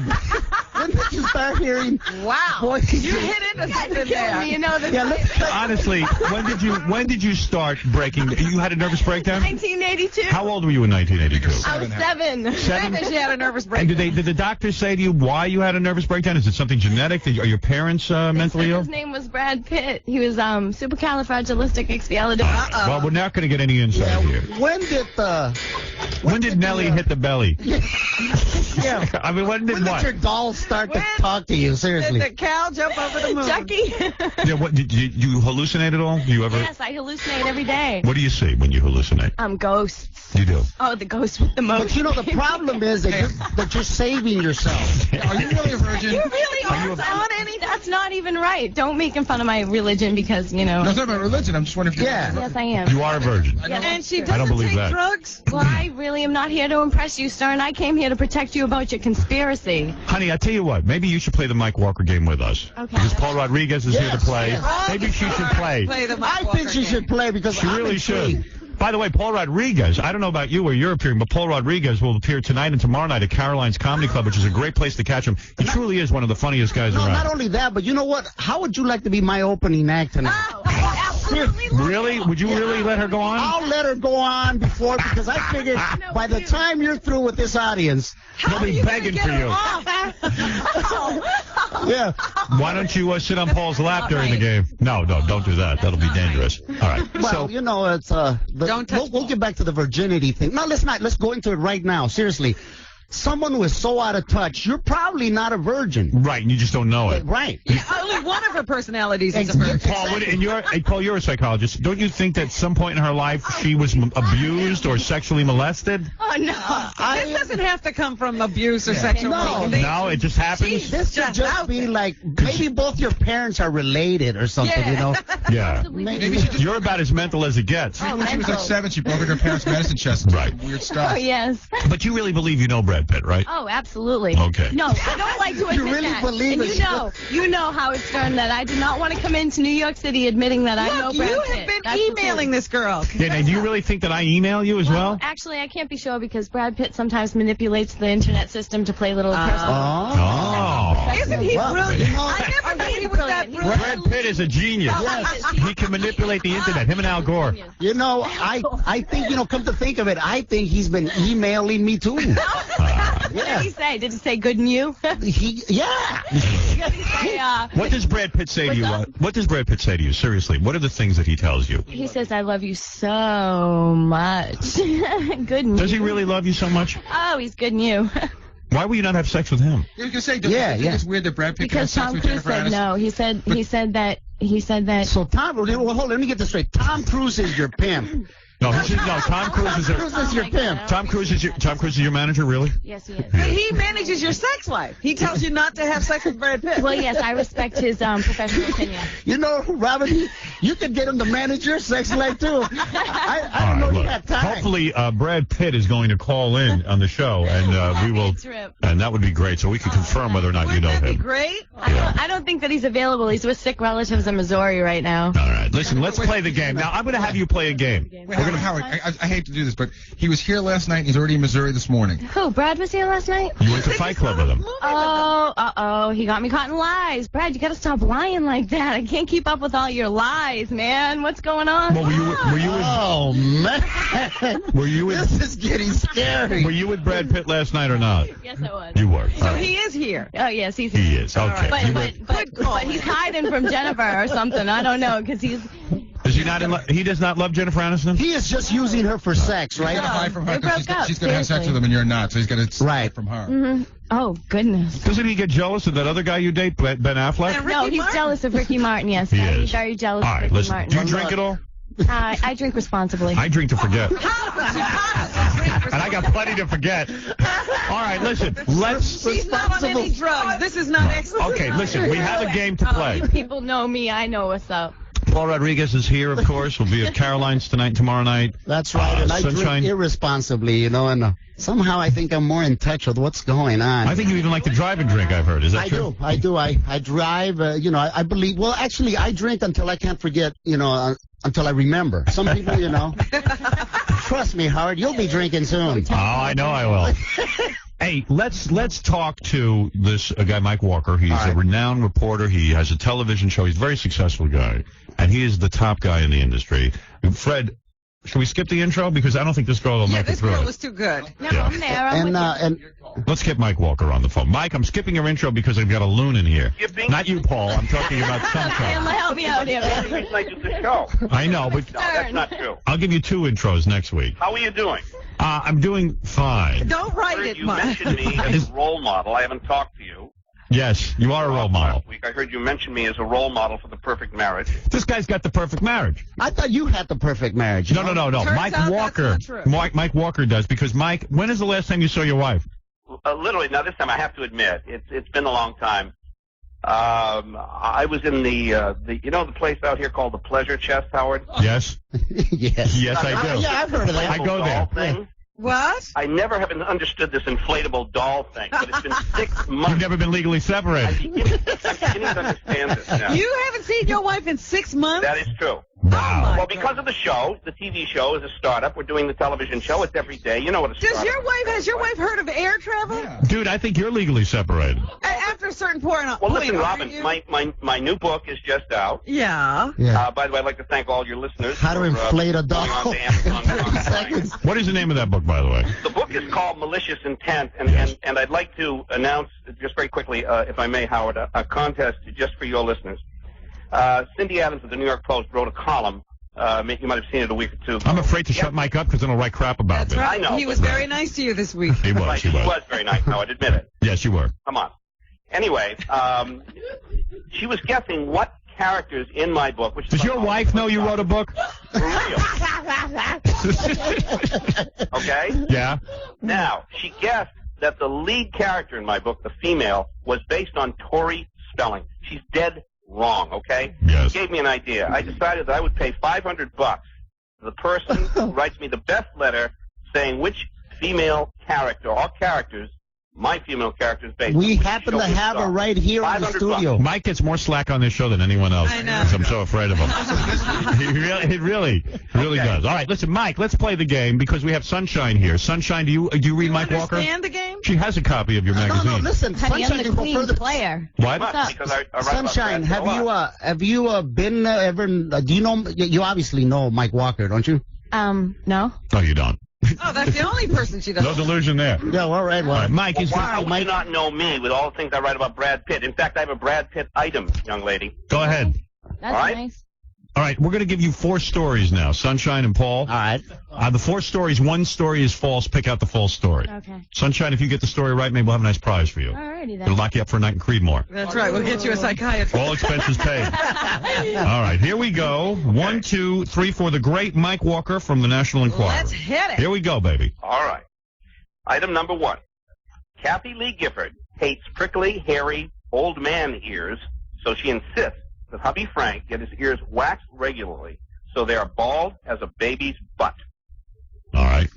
That's a great story. I hope that's true. Did you hear my letter from Kathy Lee? Hey, Howard, you know what I was thinking? I found the perfect way where you can keep the letter and make money. How's You know, that? Just make Xerox copies. Yeah, but nobody wants a zero. Yeah, they do. You know, it's like a litho. It's like all these BS artists. You know, they have these limited edition copy. You print out 1,000 of those letters. I bet at $100 a pop. Mike, I was going to auction off my personal letter from Kathy Lee Gifford because that's a one of a kind, but now I'm thinking I'm going to frame it and leave it in my office. Oh, I would do that. Here's what you Yeah. do. Put it in a That would be cheap, Howard. put it in a plexiglass box. Yeah. We'll force listeners to come and look at it. There you go. There you are. Because what are the odds of me getting a personal letter from Kathy Lee Gifford? 1,000,000 to 1. All right, go ahead. Second item. Okay, the second item. Listen up, young lady. Yes, ma'am. Nobody has told you this yet, but the bloodiest parts of those scenes in Fight Club featuring Brad Pitt and Edward Norton were computer generated. The actors, outfitted with sensors from head to toe, were shot separately against white screens going through precisely choreographed fight scenes in slow motion that were later speeded up and blended together in real time. That's interesting. That's not true. Brad actually took those hits. All right, well, wait, let's hear the other 2 items. Wait. You don't know how to play the Well, I'm game. not saying all, I'm saying some, you understand? All right, go ahead. Number I love the 3. game. What's up? Okay, number 3. Drew Carey said he wouldn't let his young blonde girlfriend, Nicole, who, by the way, is not a stripper or a porn star, Oh, no. drive his cars anymore after she backed his Aston Martin into a pole and sent the pricey car to the shop, but, must be through love, the next day she was driving his Jaguar. Wow. You got that kind of cash? I gotta disqualify myself. I actually Don't say anything. all right. Don't say anything. Number 4. He must be reading the advanced copy of the Enquirer. I want to hear why he has to disqualify himself. But go ahead, number 4. All right, number 4. The real reason Gloria Estefan sheared off her brunette locks in favor of a new short crop do is the millennium. Gloria believes hair holds much of a person's energy and said she wanted a major cleansing and new energy for the new year. Jesus. All right, you're saying, Paul, you can't vote because you know the false story. Well, I know Gloria. That's one thing, and yeah, but you don't know the false story for sure. Play the game. And Play the game. Be All quiet. right, All right, here it is. I'll Number let the 1, Lou go. Kathy Lee Gifford gets her ears waxed. No, Frank's ears Frank waxed. Yeah, that's what I mean. I'm very confused. There's just a lot of turmoil in here. Brad Pitt, a lot of his fight scenes were computer generated. Right. Number 3, Drew Carey's girlfriend backed the Aston Martin into the wall, and he doesn't want to drive into cars anymore. And Gloria Estefan shaves her hair because She wants a cleansing. She needs a cleansing. The new millennium. Jeez, All right. This is tough. All right, I'm going to let you go first, Paul Rodriguez, because But I you still think you you'll know. get it wrong. all right. You think I'll get it? Yeah, wrong. what is the Okay. false story? The hair in the ears sounds like Kathy Lee's life. All right. So Right. You think that's true? well, yeah, I think. All right, so what's false? Okay. I would say. Can't believe he disqualified himself. I'm telling And you. now he doesn't know. Right. Jumping on the answer here. The false story is The false story is the Drew Carey's Aston Martin. All right. Yeah. You know Drew? Yeah, I do know Drew. All right. He's one of my favorite drunks. He and I. You go whoring around with him? Well, yeah. All right. He's a good guy. He's a good guy. He's fun. What do you say? Okay. What do I say is the false story? You want me to go next since you want our kooky friend? Oh, I forgot about it. Hey, I just made a discovery. What? Really? Larger than life with celebrities. You are large. Days and nights have already been done. This is fun. What's up? Woohoo! All right. How do you like those apples, Stern? How do you like those apples, Boston? Woo! All right. What do you think is the false story, Sunshine? Actually, I honestly believe that our hair, considering the fact that it's dead skin, does not hold any energy. All right. So you think it is Gloria Estefan? Estefan story? Yes, roger that, Tinkle. Oh, no. Gloria is not going to cut her hair. I mean, she loves her hair. Yeah. Plus, Hair is big with Latinos. You know, here's a big thing. Yeah. We don't never lose our Kathy hair. Lee Gifford earwaxing Frank Gifford's ears. Absolutely, probably true. We've probably said it on the TV show. Yeah. I'm going to think that Brad Pitt could certainly be computer generated, Robin. Some of the fight scenes, that seems perfectly reasonable. That's even more probable because you got agents and managers and handlers. They don't want that's their money. Who wants Brad Pitt's face? Yeah, who wants I am with Sunshine, believe it or not. I believe Gloria Estefan's story is false. I don't think she needed a cleansing of her hair. All right, Robin, what do you think is the fake story? Paul seems to know something. I don't know why I think he does. Don't go with me. Don't go with me because now I got second thoughts. The only reason I said that is because, Drew, I mean, the girl is so fine. Who is the girl? She's this fine girl. I saw her at Barney's Beanery one time. Right. She's hot. Yeah. Do you know the girl now? You got the right girl? Huh? What's her name? You know? No, I don't know her that well, Okay, I just want to make sure. No, but let me tell you, with all due respect to Drew out there, if Drew didn't have a hit television show, he wouldn't be getting her. He wouldn't be getting this girl. Right. He'd be lucky to be here with Sunshine. Right. Please, Sunshine, go out with me. He'd be looking to get a couple of rays of her attention, Right. The guy who has Aston Martins, he used to live out of his car before he hit it big. You know that? Yeah. True. All right, so I'm not going with Paul. I'm going with Howard then, with the Gloria Estefan. All right, Jackie, quickly. I was going with that, too. I think what probably happened is she probably cut her hair, so Mike made the story go around it. Because all the other ones, I read about the Fight Club. I think that really happened. All right. So Paul Rodriguez is the lone dissenter. He says Drew Carey is not true. We all say Gloria Estefan is the fake story. Go ahead. I'm sorry, Jackie did Gloria? We all did. Oh, you all did. Except for Paul. That's right. I've never done Gloria. Right. Yeah, well, it's interesting. It's interesting playing with an expert like Paul. Who almost disqualified himself. For no be reason. absolutely wrong on that. I have to disqualify myself. I can't vote. Yeah, her name's Nicole, by the way, Paul. Yeah. And she's pretty new, so maybe, you don't know this particular girl. Right. Well, Drew is, he's a player. He's a player. He's a ladies' man. He's a ladies' man. He's got the girl, and he's in love with her. All right, what is the fake story? The fake story is the one that I thought Sunshine might get, is Brad Pitt. Please, he took those hits. I know for a fact he did. Well, she didn't pick it. Well, the story, right. the story is that all that blood was computer generated. Yeah, I don't think Sunshine even understood No, it wasn't. what you were saying. It wasn't. It was not computer generated. It was real blood. Yeah, Sunshine was right, but she picked the wrong one. Right. That there would be you are. a Sunshine move. So you honestly believe that Gloria Estefan's hair can be cleansed? No, I don't believe by it, my her darling. soul I and know. her She energy? believes it. You believe that before you would believe that Brad Pitt would take a hit? Oh, she's All right, she is nuts. the game All right, listen, Mike, I'm going to spare you the pain of listening to this maniac. I want to congratulate Mike Walker. His TV show continues to do great. It's a hit. It's a hit. It's a big hit show, the National Enquirer show. I'll watch it. It's great. And It's a hit the before $500. Rico. $500, someone can write you. Email me Yes. at Enquirer Gossip, ENQ Gossip at AOL.com, right? All right. Thank you, Mike. And that will be, if you guess who my female character is in my new novel, Malicious Intent, it's $500. Thanks, Mike. All right, Howard. Mike Walker, everybody. Mike Walker. Well, there you go. How many On our plugs did he phone, get in? he got a lot of plugs in. You are afraid of him, aren't you? Right now, especially. Yeah, of course. Right now, Absolutely, Howard. yes. He was kicking you while you were down. Yeah, he was. He didn't make any sense. He was getting he didn't make any I'm losing sense. respect for you. I always thought Why you do weren't I have afraid to of be the nobody. You're lone afraid of Mike Walker. I'm not afraid of him. What do I got to be afraid of? Everything's out in the open. I'm a mess. She wants to know why she has to be the loon. I know. Why do I always have to be the loon? Because you're loony, you nut. Well, I thought that our project was over Cruz and Pitt. I thought, On the phone is Brad Pitt. Get out of here. Brad, hi. How are you? Hey, Howard. How you doing? How you doing, man? All right, Brad, do you know Sunshine? Had a great night last night with Sunshine.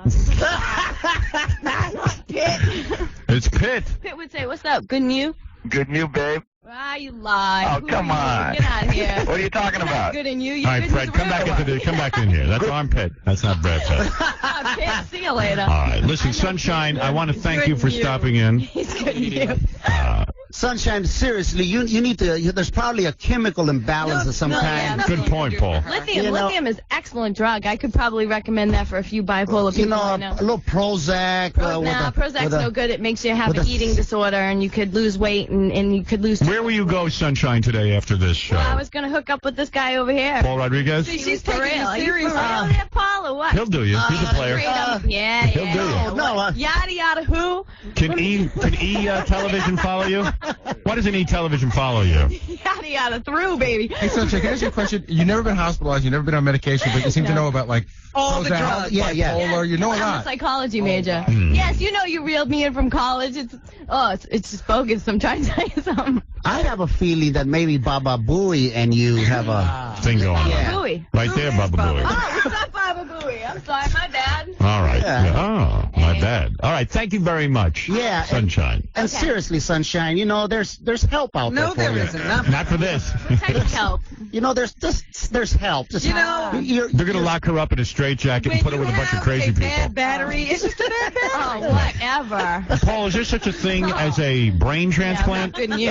Can't you get that? Yeah, I think you need something replaced. Something went wrong. Something snapped. A synapse.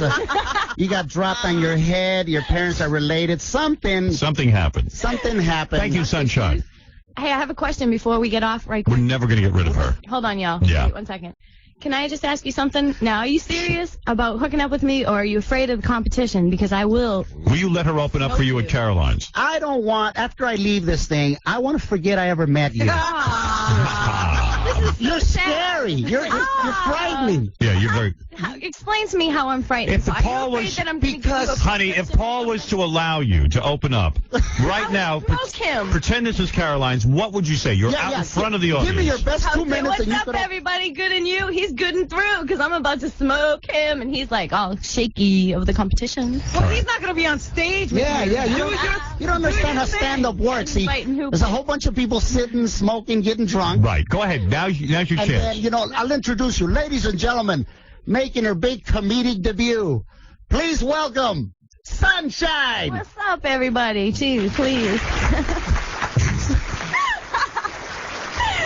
Check me out. I'm coming out. What's up? That's it? Check me out. I'm coming out. What's up? All right, let her keep going. She's building. Say one thing. Give me one. Yes, you got to tell stories. Tell stories about you and. Oh, she got stories. Oh yeah, I got. And you're just bring out one of your personalities, Yeah. You want to come out on stage? Yeah, Rebecca for you. I fled him. Hey, you want to come out on stage? What are you going to say? What would I say? Yeah.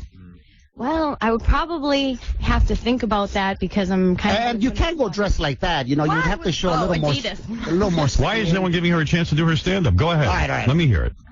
Well, I'm embarrassed. Don't be embarrassed. You're going to have to get up on Caroline's. All right, I can make a confession. Go ahead. One of my favorite things to do is go to McDonald's, and you know how they have the rule that the customer is always correct. That's the rule. The customer is always right. So what I do is, I dress down low, and I go through the drive-thru, and I tell them that I'm in the book. Go ahead. And then, I'm not, but the customer is always right. So I never, ever pay for fast food. It's ridiculous. Who in the world would pay $4 for a hamburger?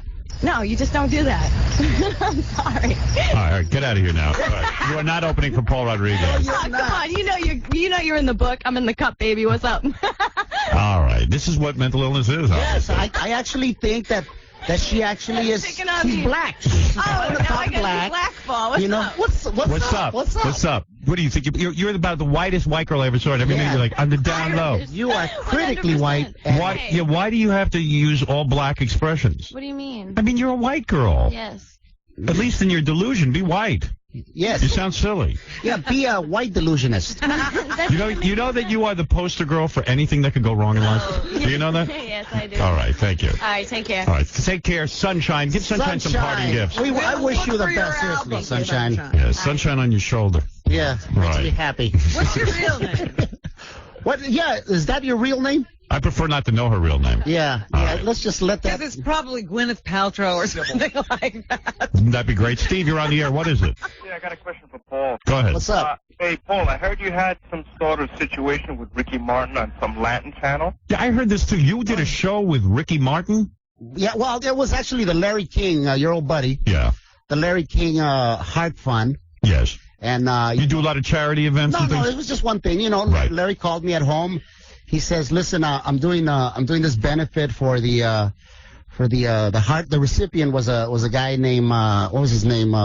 Julian Vasquez. He had like, angioplasty, and it's a good thing. You know? He didn't have any money, so he needed a heart transplant. Right. So they raised a lot of money. That's you know? a good thing, yeah. And he said, I got Jose Feliciano, and I got Ricky Martin. And, Jose Feliciano was there? yeah, and Jose is great, man. Jose, I've met him. Does he wear his glasses? He stopped wearing the glasses. He likes He's to got show- them back on now. He does. Yeah, It was because- very disturbing when I met him. I know it's weird, you know, Yeah. 'cause I kid Jose all the time, and you know, and when he takes those glasses off, it's like it ain't Jose no more. It's something out of the Sixth Sense. I see dead people. Yeah, Yeah, but he doesn't know how he looks. In all fairness, so you got to tell him, put your glasses Yeah, on. well, hey, Holmes, really, we were having dinner, right? Right. And he took his glasses off, and I couldn't finish my eggs. I said, listen, Jose, please put your glasses back It's a on. little difficult to. Yeah, it's a little, but he's a great guy. And Great guy. All right, he's great talent. So anyway, so you're there, and Ricky Martin, Ricky Larry Martin King. doesn't show up? Larry King called you at your house to get involved in this? Yeah, he called me at the house, and He tried to call me, you know. About this? No, about the separation. Oh. He says, I want to speak to how, but I saw through that. He just wants to convince me to come on his show. You're sure you're not? You weren't tainted by sunshine here? Now you're telling me that you are talking to Larry King. To Larry King. I didn't talk to him. I wouldn't talk to him. He wanted to speak to me. Why are you so, everybody's out reaching out to your pain right now. Right. I mean, I think personally you're doing Kathy Lee wrong, man. Yeah. The woman went out on a limb. Wrote me a letter.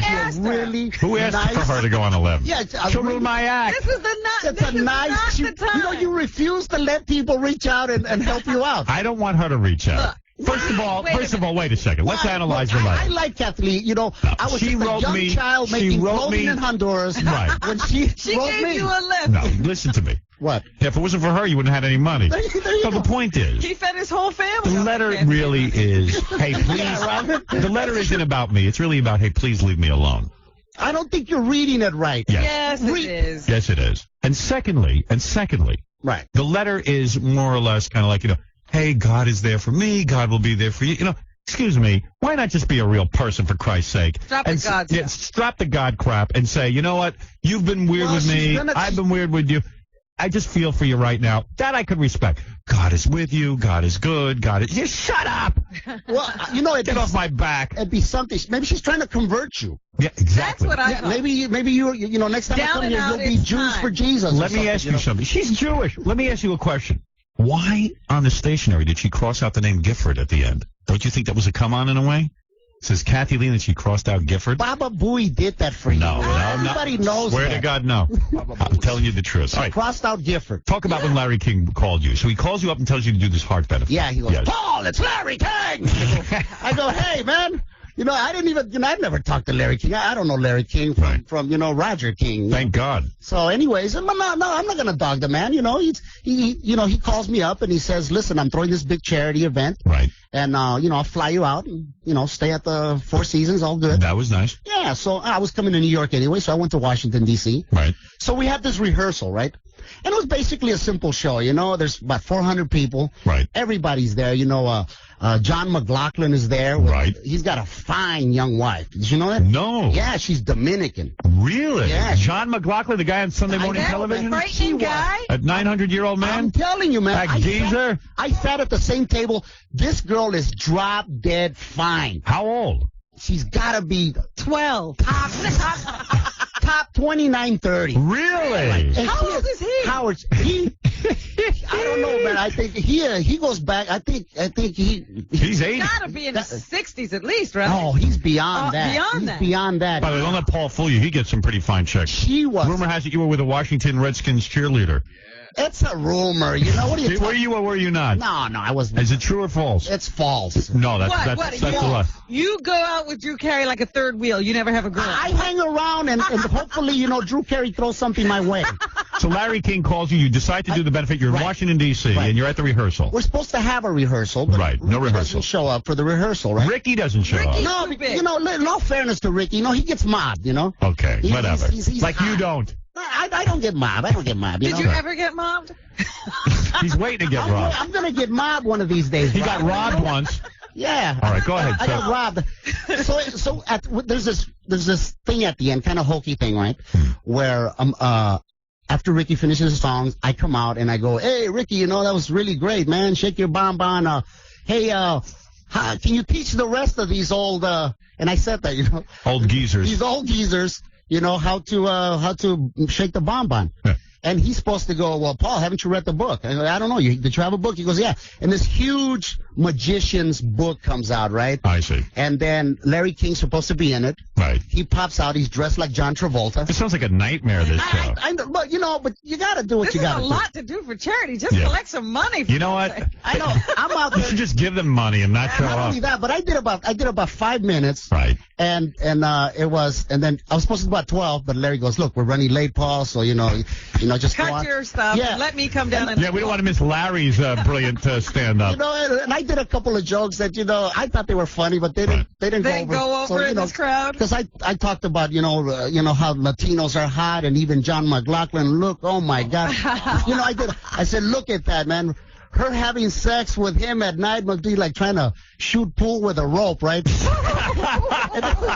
was like, I thought it was funny, huh? Right. No sense of humor about themselves. Nothing. Right over Crickets. I die, right? It was like, no, the truth is not funny, Paul. See? No, But what about this? But what went wrong? The big finale, because Ricky didn't rehearse it with you, so you do your speech. Right. So he didn't rehearse. There. So I don't know if they told him or not, right? But what happened is that they had some kind of snafu on obviously he can't have his whole band, so he liked the track, right? There was some kind of snafu with the microphone, track, Right. And he wasn't having his best day, because I met him several times. He's a decent guy, but okay.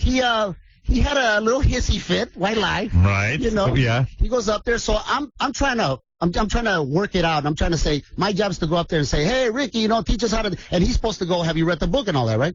So I go out there, and he's not in the best of moods. He's mad because his microphone didn't work. He's like, hey, screw know. This guy's heart transplant. Can't we get some money for a microphone in here? Crying out loud. Look, I don't know. So anyways, I say, "Hey, Ricky, can you teach us?" And he turns to me, and I did the Billboard Awards with him, and I've been on several shows. Right. It's not like I'm a stranger to him, And he turns to me and goes, "Well, you just shut up and let me talk." Oh! Wow. Right in front, that's what I said. Wow. I go, You don't say that to a professional comedian. I go, "Hey. What am I?" Yeah. Hey, you dick. What the hell do you think I'm doing up here, Yeah. We're supposed to be Latinos. We're united. We're trying to help a brother here who just had angioplasty, Right. And, I would have been like, hang it. You didn't punch him?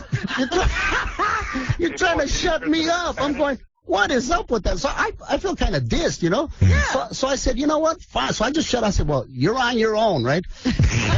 Did you smack him with the microphone? No, it's just that I made one comment that might upset him because he was sweating like. What did you say? I said, "Man, you're sweating more than Mike Tyson in a spelling test." And he didn't like that. He didn't like that, No. But what I'm trying to tell him is wait a minute. I'm Is a comic. Larry King still hanging in the book while all this? Let me out of the Larry book. King is in the book. Oh. It's true. He's in the book. It's like a hot box in there. Right. He's in there, this hokey magician is supposed to come out. And, right. I shouldn't say hokey, but, he himself would say that, he's supposed to spin it around. Right. And meanwhile, Larry, while you and Ricky aren't getting along on stage, Larry's hung up in the book. Yeah, Howard, but it ain't like I'm not getting along, because I figured you were doing what you were supposed to do. You're going along to I'm a comic. You know what I'm saying, Robin? I'm out there trying to get laughs. And Ricky gave it to you. He said, just let me talk. Well, yeah, And what did he say when you let him talk? He had nothing to say. Well, the audience was laughing. When I did the Tyson and the thing, and the audience is laughing, and he doesn't know why. Right, he gets confused. So he's out there and he's trying to talk. So I just shut up. I said, "All right, let him talk. You're on your own, Right. He's out there, and wow. Ultimately, he says there's a book, there's something. And he screwed it up. Right. He really needed you. And I know, because it could have been like a really nice, hot thing, you know. And you would have been done with it. Yeah, but if Did you have words backstage afterwards? No, I tried to, and he just walked away. He doesn't like you now. I'm sure he's listening right now. Let me tell you, Ricky. Look, let me tell you, Ricky. I ain't got no problems with you or your success or whatever. But just remember this, my friend. What goes up must come down. Right, right. And one of these days, you know, when La Vida Loca goes the way of La Macarena. Right. You know. Get ready. You might want to know me someday. And when Larry King is inside this book waiting for you Does two to he finish ever arguing. get out of the book? Someone told me he got remarried while he was in the book. Is that true? He had another kid in the book. Well, you know, he announced that his wife's pregnant again. Oh, Yeah, he's what do you so make proud of of that? himself. Isn't that ridiculous? So Why proud. not the kid? Chance is actually a pretty cute kid, you know. They named it Chance, right? Chance. Isn't they name him that because there's no chance Larry will be around for his college education? See, that's so easy. Oh, it is? It's too easy? You're going for the throat. What about Fat Chance? You don't want to go for that? Hey, that kid's gonna be good looking, you know, because the mom's a No. You know what happens when these kids come out looking like the mom? They grow into the dad. They do. It's true. Well, all I can say is that they might look like sunshine here, you know. I know. And I saw you on Letterman like a month ago or something. Yeah, I was on Letterman. Letterman, yeah, you're doing that show. You do Leno also, right? You know, I'd like to do Leno. I did Leno once, and I don't know. There's you know about this. Well, not you, because you know you're beyond wanting to get on. But it's like I think if you do one, you kind of get you can't do the other. You can't do the other, and They tried to pull that on me, and I wouldn't go for it. I said, look, I'm going to do one show at a time. And I don't care what says about I these used to stupid open rivalry. for Leno, and I still think Leno's one of the funniest, nicest guys out there. I think you're perfect for that show. I'd like to have a shot at it. What can I tell you? But they don't book you. But Letterman will book you. Letterman will book me, and that's a weird show to do. Do you know him at all? Who Letterman. Who knows Letterman? Letterman don't let you know.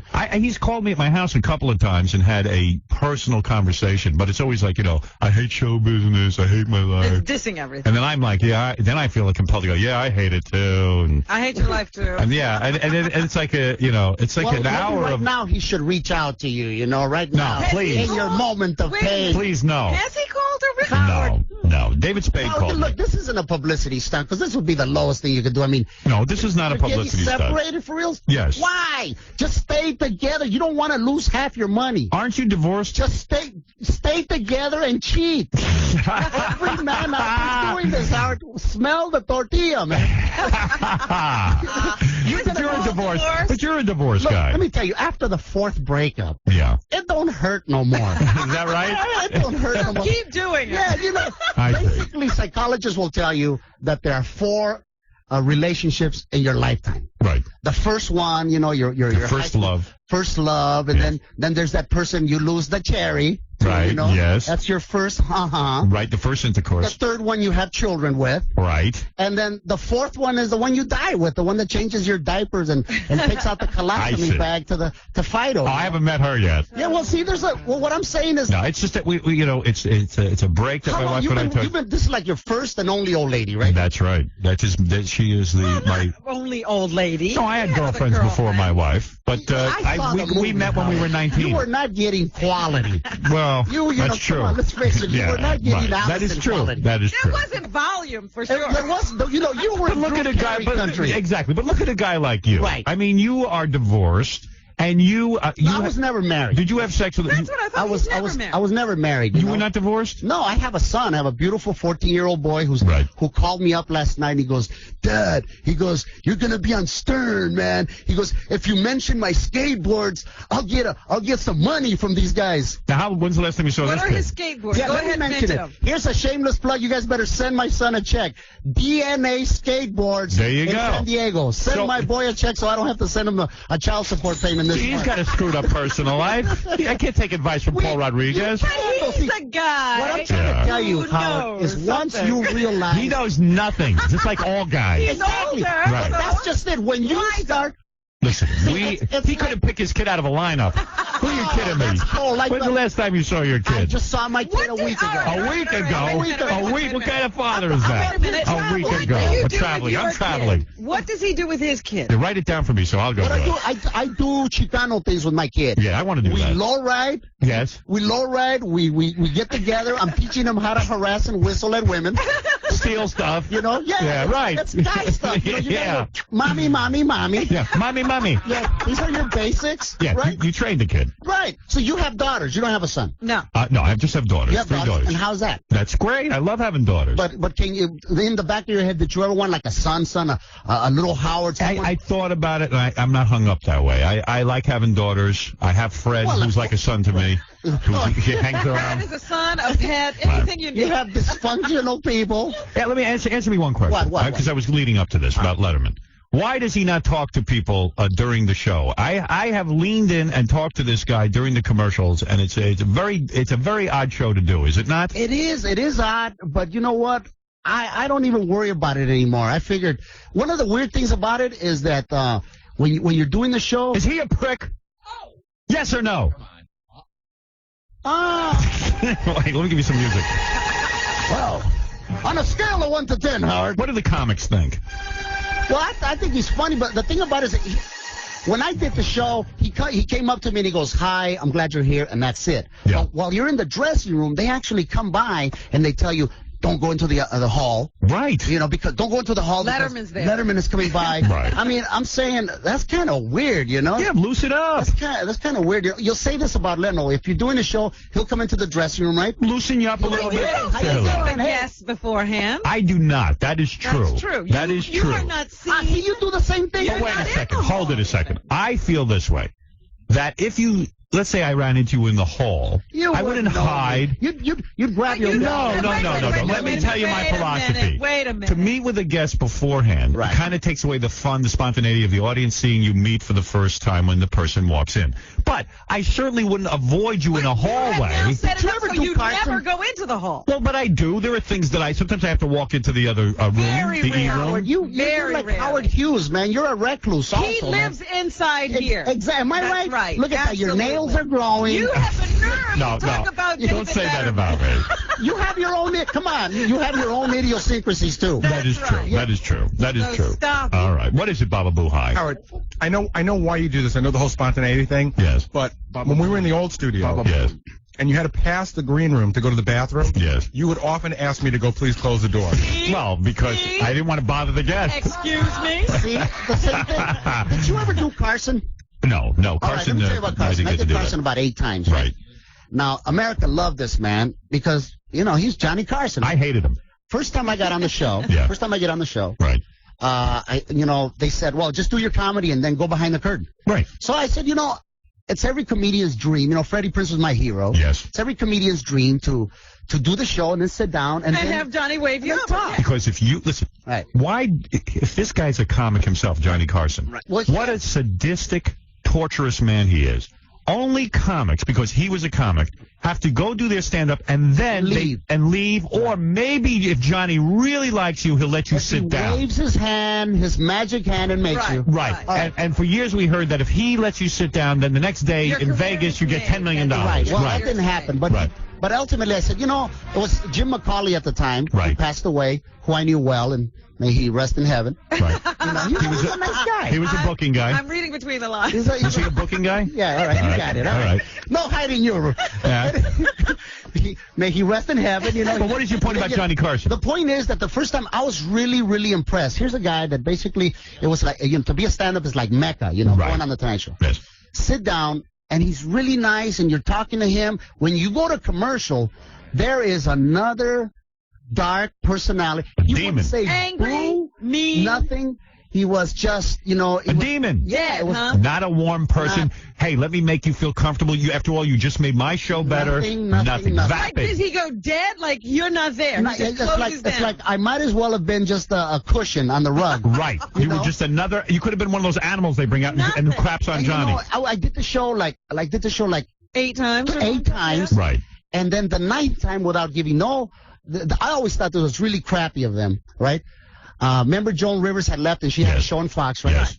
So Joan had been nice to me. She put me on a couple times. You got to work. Right. So Joan invites me on the show. You go. I was supposed to be on the Tonight Show on Friday. Right. And on the show on Monday. Right. Get a call from Fred de Cordova. Right. Saying basically, you're out. You know, no, they don't say that. They just go, well, we'd like for you to just do our show.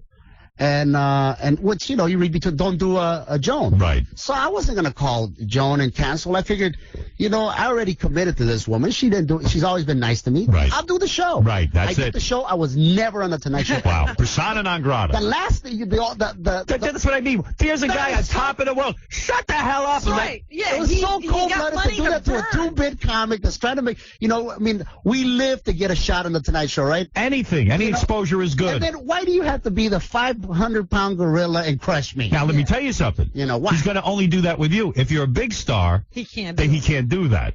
So it's just the same way. How are you going to be a big star if you can't do these shows? It's a catch-22. Yeah, but he wouldn't have said that to Bob Hope. Exactly. Bob Hope, who used to crap on his show. He used to walk out, announce he had a special, I don't know and Bob leave. that well. Apparently, you have an intimate relationship. But you're right. Johnny Carson, a prick.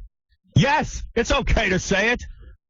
Well, you know, he doesn't have a show anymore, Paul. It's okay. It's all right. Go ahead. All right. Yeah. All right, listen, everyone go see Paul Rodriguez tonight and tomorrow night at Caroline's Comedy Club. He is a real funny dude. For reservations, you can call 212-757-4100. You can check out carolines.com for details. Go see Paul Rodriguez. Paul, always good to see you. Howard, man, I'm just here to tell you. Yes. Come to your senses. Go ahead. Call Allison. Yes. Patch this thing We up. talk every night. Oh, well, you're still in the same house? But, no, we're not in the same house, but we talk every night. You're going back to this one. We are both This having is a your hard time with soulmate. it. Don't force me to tell Kathy Lee to write you another letter. Right. Without the, you know, without the God stuff. And do me a favor, you and Drew Carey stay away from Allison, please. All right? Okay, we're gonna. Hey, if you don't get back to her, Allison, I know you're listening. Yeah, if you ever want to have a good chalupa. All right, let's call you. Call me, baby. We'll be back after this. Paul Rodriguez, everyone. And Paul, please do not look at me in the hall when we get done with this. Should I lock myself up there? Yeah, and I don't want to talk to you when we go to commercial. I know, you're not friendly. I'm not a friendly man. He's a prick, people. Well-informed and sensitive Roger Daltrey. Where were you when you heard the death of Sam Kinison? What? I'm deaf. I used to be in a rock and roll band. And I said, where were you when you heard the I used to have that problem. Long time ago. The death of Sam Kinison. Like where were you when you had the death of Sam Kinison? Who's he? Good way to stay in touch with the world, Roger. You're listening to a man who took a black man to his junior prom, Howard Stern. Yeah, and that guy was nice. Hey now.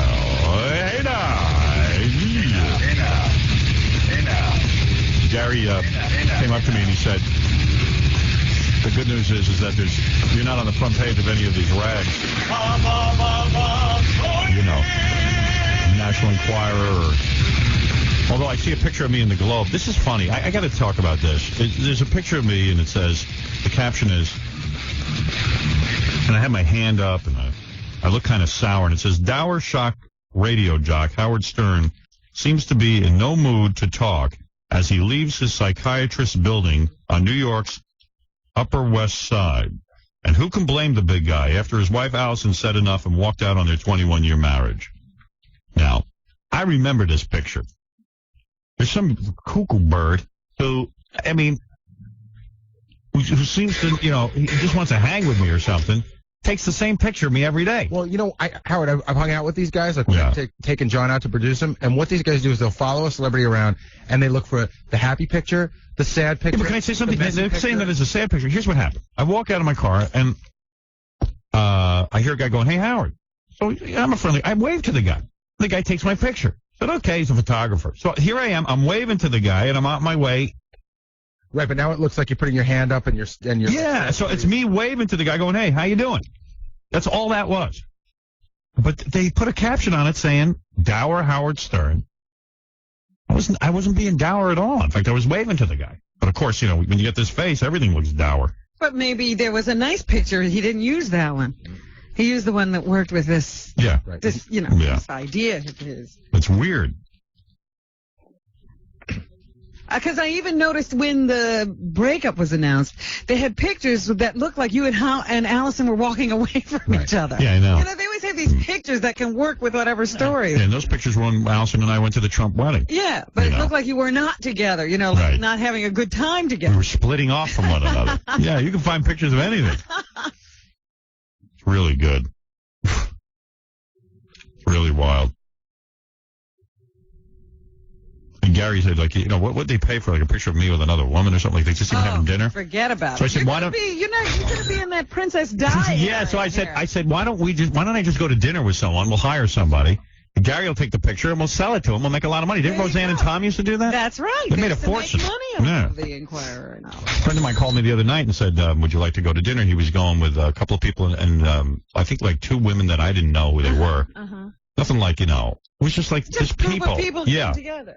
And then I just said, no. Maybe not. Maybe not. I don't even know, you know, people accuse me of having dinner. So crazy. How about a picture of me and you making out, Robin? Yeah. Oh, that's good. There you go. Yeah, millions. Millions. Yeah, millions. This is my Kathy Lee letter, $500. Sometimes you think stuff's worth money, but it's not. You get money for that. I know a couple of news channels were sniffing around for that yesterday. There you go. What, a picture of... No. Somebody wanted the letter. Yeah, they did want my Kathy Lee letter. Yeah, but what were they paying? I was going to auction off my Kathy Lee letter and give the money to charity, but then I realized when Robin said, gee, wouldn't it be great if you had that? And then I said, yeah, I could frame it and put it in my office. Yeah, and it means more when it's sitting in your office than anywhere else. So now I don't want to auction it off. I don't think you want to part with it. You shouldn't. Yeah, I can't bear to part with it. It's too great. It means too much to you. It does. It's great. Don King is stopping by later in the program, by the way. Hey, Howard, you've been getting a lot of letters from people who are, really all caught up in this whole thing about you and Allison separating. They're torn up about it. Yeah, they're torn up about it. Can I tell you about this one letter I have? Yeah. It's a guy who's in jail. I got 2 prison letters. This guy's in jail, and he wanted to tell you that because of you, he went back on his medication. It took him 3 years to get him to go back on his medication. Because of me.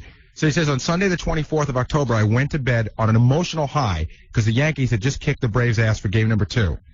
I woke up, as usual, on Monday morning to your show and then heard the news about your split with your wife. And before I could realize it, my life was on a spiraling crash. My hopes were burned in the aftermath. Can you imagine? He feels that yours is... Thank God he's in prison. Yeah, because he's volatile. Yeah. He thought that, well, even though... So going on the medication was a good thing. Right. They got him on the medication because of my show. Right. And then he's happy about the Yankees. But then he got so sad about my legal separation. Right. Yeah. That his life went into a spiral. Then he says that he's been incarcerated for the last decade, and he was living what he thought was the moral standards that you would approve of. Yeah. But as it turns out... Well, it's easy to live the moral standards when you're in jail. I love these guys who think they have it together because in jail they're okay. Yeah, let him out and let's see him behave. And 10 years, imagine what this guy did. Moral standards. Yeah, and there's no sign of getting out. Right. I don't hear anything about getting out in that letter. Now, this letter, I always get nervous when I see the return addresses from Attica. Yeah, that sounds like a heavy-duty prison. Attica. You don't go to Attica because you made a wrong right turn. Yeah. So, yeah. Really you're not Otis the drunk in for a 10-day... This is short and really to the point. All right. This is, Howard, you effed up, kid. You effed up big time. Go back and make it right. Go back to the one woman who loves you. Not your money or who you are. You're supposed to run a business, not let the effing business run you. Go back before it's too late, and it's signed someone who knows. Yeah, someone who knows. Yeah, you're going to wind up in jail like that guy. Yeah, everyone knows. I wonder what he did. Well, there's some prison mail. Wow. He left his wife and it led right to jail. Yeah, right to jail. Right in there, baby. Yeah. You're on the air. Howard. Yo. Good morning, Howard and everyone. Listen, 2 quick things. Greed just absolutely wipes out Regis' show. I got to tell you something. It really was better. Well, it's not. You see, first of all, Regis is blowing it. Regis. It's not Regis's idea. I know, but the show captured the public's imagination, this $1 million, and it was really cool. And for some reason, we have to get more into production. It's the easiest show to produce. You can produce that show with your eyes closed. I'm in the middle of producing a show out in California. It's 50 times more complicated. It's a half-hour shot on film show. This show, it's a game show. Just get Regis, prop him up there, and let him ask questions of people and give away $1 million. For some reason or other, they can only do 2 weeks at a time. I mean, the show was a huge hit, and they're like, well, we're going to have to go off and produce more shows. Like they have to go invent a new spaceship. But it would be one thing if they produced a season. They've produced another 2 weeks. So meanwhile, this show Agreed, which was on Fox last night, which is basically a response to the success of Regis' show, was fantastic. I don't know what the rating was, but this Greed is good. I turned it on last night. Didn't and you I think it was good for 2 hours? Yeah, I was hooked. And when do I watch? 2 hours? Yeah, it's a 2-hour show. It's from 8 to 10. It's a long game. Goodness. And I mean, people are playing for $2 million. And then it the rocked. captain blow everybody else's money. Right. The captain decides whether or not you can keep going. That's what's cool. The captain. How do you get to be the captain? I don't know. I didn't see the beginning of the show. I can tell you. How do you get to be captain? It's the first 5 panelists. They put up 6 people, and the one who's closest to the answer, like the first question was, how many rooms in the White House? Yeah, I saw. Everyone said 20. Right, 20, 30, and the answer was 152 or 162. Wow, that many rooms in the White Isn't House? that cool though? Like, and then they play against each other. Then that determines the captain. Then you got the captain and 4 players. Then and it's good to be the captain. Yeah, and then there's a series of questions, and everyone answers them, and the captain has to agree with you. And before you know it, you're playing for 200, 300,000, 500,000. And these people don't know each other beforehand? No, I don't think so. Right, dude? Right. Yeah. Nobody knows each other. And by the way, the last one, I don't know if you were still up. They won the 500,000. Oh, did they? I had to go to bed. I went to bed at 9:30. I was hooked into this thing. How many people split the 500,000? There were 3 people left. One guy won 300,000, and the other 2 won 100,000. It's big bucks. Wow. The guy I saw, one guy won 80,000, and the rest of them all got 40,000. I was like, stop! Don't give up 40 grand. Right. And the first 2 groups all went home with nothing. Oh, okay, cool. So they rotate different groups through this, too. But the main reason I called is the obvious answer to Kathy Lee crossing out Gifford. And I think the answer to the whole letter is that I think Regis genuinely likes you since he's gotten to know you. And he sort of interceded with Kathy Lee, and he sort of goaded her into writing this letter. But I think she crossed out Gifford because she talked to Frank about it, and Gifford hates your guts. You know that. So she had to take her name off in a way.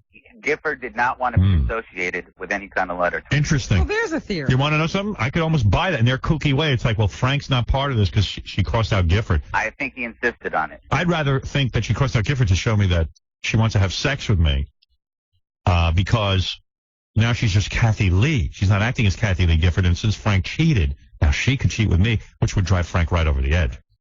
What better way to get back at Frank? What better way to get back at Frank than to bang me? Well, you know what? Then you know what? I'll videotape that. That's better than doing one of his friends. I have one more comment to make. That's better. That's better than her banging 17 black guys on the front lawn of Jackie's house. You're better than a black guy. I'm better than a black man. All right? Banging me is more insulting to Frank than banging a black guy. A football team. A whole football team. Frank's like, I'd rather, like Kathy Lee, you not bang Howard Stern. I know you have every right to because I had Susan Johnson's, in the hotel room. But I'm telling you, please, I want you to bang the New York Jets. Every black guy on the Jets, but not Howard Stern. I know it's tit for tat, and in this case, there's more tat. But I'm just saying, please, dear God, I'd rather you make love to the succubus. Oh. OJ would be better. Hey, listen, I have one question for you. What do you think of Jimmy Kimmel? Don't know him. You know, the guy that does Win Ben Stein's Money, all that. Yeah, I know people. I don't watch that show. The only comment I had about that is he was on Letterman the other night, and a couple of months ago, Letterman bumped him very unceremoniously. And then he was on the other night, and he was, like, idolizing Dave, and he's a very funny guy. Yeah. And Letterman just was a total dick to him. Yeah, well, Letterman could do that. I'll tell you something. There were a couple of years. I've been doing the Letterman show a long time. I haven't done it in a while, but there were a couple of years where Dave tried to pull the I'm going to be a dick to Howard Stern stick. And listen, I go on there and all of a sudden I see I'm working against the tide. He's going to be superior to me. He's more of a man than I just looked. Next time his booker called, I said, listen, dude, I'm never going on that show again. I'm not going to sit there and have the host, when I'm sitting there killing, have him sit there and give me his little smirk and try to teach me some kind of lesson on national television. I came out and did the first OJ joke right after OJ killed Nicole and Ron Goldman. Right. And I quickly seized on the opportunity to do OJ material, which was killer material, but it was really edgy because nobody was making jokes. And Dave turns on camera and goes, I don't think double murder is funny. Now, 2 weeks later, he's doing OJ jokes. Yeah, now, because he doesn't have, none of these guys have the balls to be the first. None of these guys have the balls to say that OJ's a creep until they see that the tide has turned. So I said to the booker, I said, listen, you want to make me the buffoon out there, get another customer, because I'm nobody's ass. Don't you sit there. You tell Dave to suck my ass good when I go out there. I don't want any of his friggin' nonsense. The goddamn Dave. I'll kick his ass. Yeah, why does he invite people to the show? Exactly. I said, don't invite me on there and then start giving me attitude. You tell him to behave. Because I'll smack him right on camera with his bad neck. Don't touch Dave's neck. I don't want to touch Dave's neck. Leave me alone. Don't hug Dave. But you know what? Kiss my ass. I'm not afraid to say it. So they call me all the time anyway. They want me on there. I don't want to go on there. If I got something to promote, I'll go on there. When I got to promote Son of the Beach or Doomsday, I'll go on there. All right, my last thing is... I got to go do a casting session for Son of the Beach. Yeah. We found a couple of good people, but we got a whole bunch of other parts that we are in the middle of casting. Wow. Bikini chicks. I knew it. I said it's the girls they're casting. Damn right. Go out. Everybody else has been cast. No, actually, nobody's been cast yet, in all honesty. I'm the producer of the show, Robin. I ain't missing out on that. Hey, Howard? Yeah. Tell Gary to do the world a favor and never even look at a trumpet again. We're passing the law out here. That trumpet saw his teeth, and it ran from the room. That is funny. You got to admit. Hey, by the way, check out the TV show Saturday night. You got to see Gary's lips wrapped around that trumpet. See him play the trumpet. Watch me play the steel drums and watch Dan the Farter make all over the floor. Now, that I could watch, but Gary playing the trumpet, I'm not sure I could stomach. We might have to put the X's over his lips. Yeah, that is Block always it the out. funniest to me. When Block he it starts out. playing. That'd be fun. We should block out his lips. Anything offensive, thanks, Ed. Comedy to a new level. Yeah. You'll be seeing this. Like the world is on your shoulders, and all of the madness has got you going crazy. It's time to get out into the street, where all of the action, you're right there at your feet. Well, I know a place where we can dance all night away, underneath the electric sun. Just come with me and we can shake it. It's like a madman. It's like, could the note have been more sour? It's the worst. Watch Casey Armstrong almost beat up a gay man when he gives him a foot massage. Massage his feet. And when you check out the show Saturday night, check out this chick, Tara, the aerobics instructor, burping. If she doesn't have the best body I've ever seen on a woman in a thong. You wonder why she's not the most downloaded woman. Why isn't she on the internet? God, she's hot. I can't even watch the tape because I'm like, man, she's hot. What a body. Am I right? I don't remember it now, but I remember the reaction when she walked in. Six-pack? And I'm a big fan of the narration this week from Michael Naron. It's Blackswell and Out of the Closet Stern to the Gay Game. Animation. You keep calling it narration. Oh, because his name's Michael Naron. I keep saying that. I mean animation. Did I do that again? Yeah. Oh. Sorry. It's like narration? Okay. What? No, he's talking about the animation. Narration. What? I meant animation. But and also Gay Family Feud, and there's this really hot chick in it, Rebecca Lord, who I just leave on camera during it because it gets so gay that you need to look at some chick. She was hot, too. Yeah, she's real hot. What a bod on her. But it's not the best bod. No, Tara, the aerobics instructor, gets that. That's a good one. You bet. And probably the greatest star in America right now is on our show this Saturday night. Who's that? Lonnie from Scores, Oh, who I love. you don't need him anymore. And he's so handsome.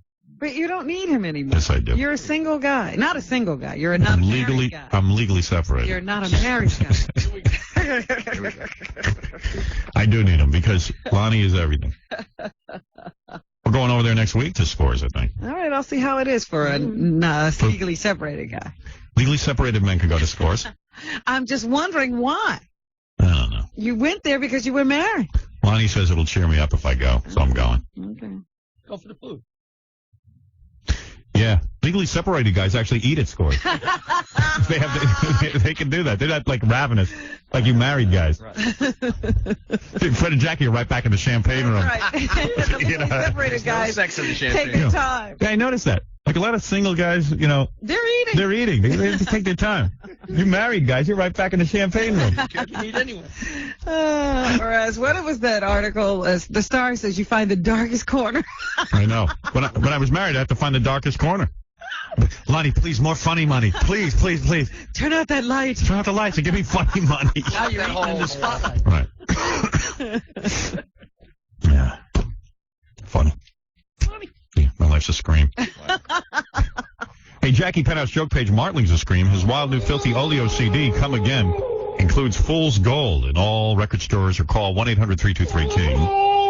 And Friday and Saturday, November 12th and 13th at the Comedy Palace in Andover, Massachusetts, it's Jackie. For MP3 audio and filthy 3D Joke Man, visit jokeland.com.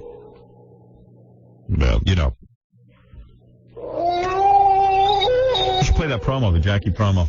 What is that?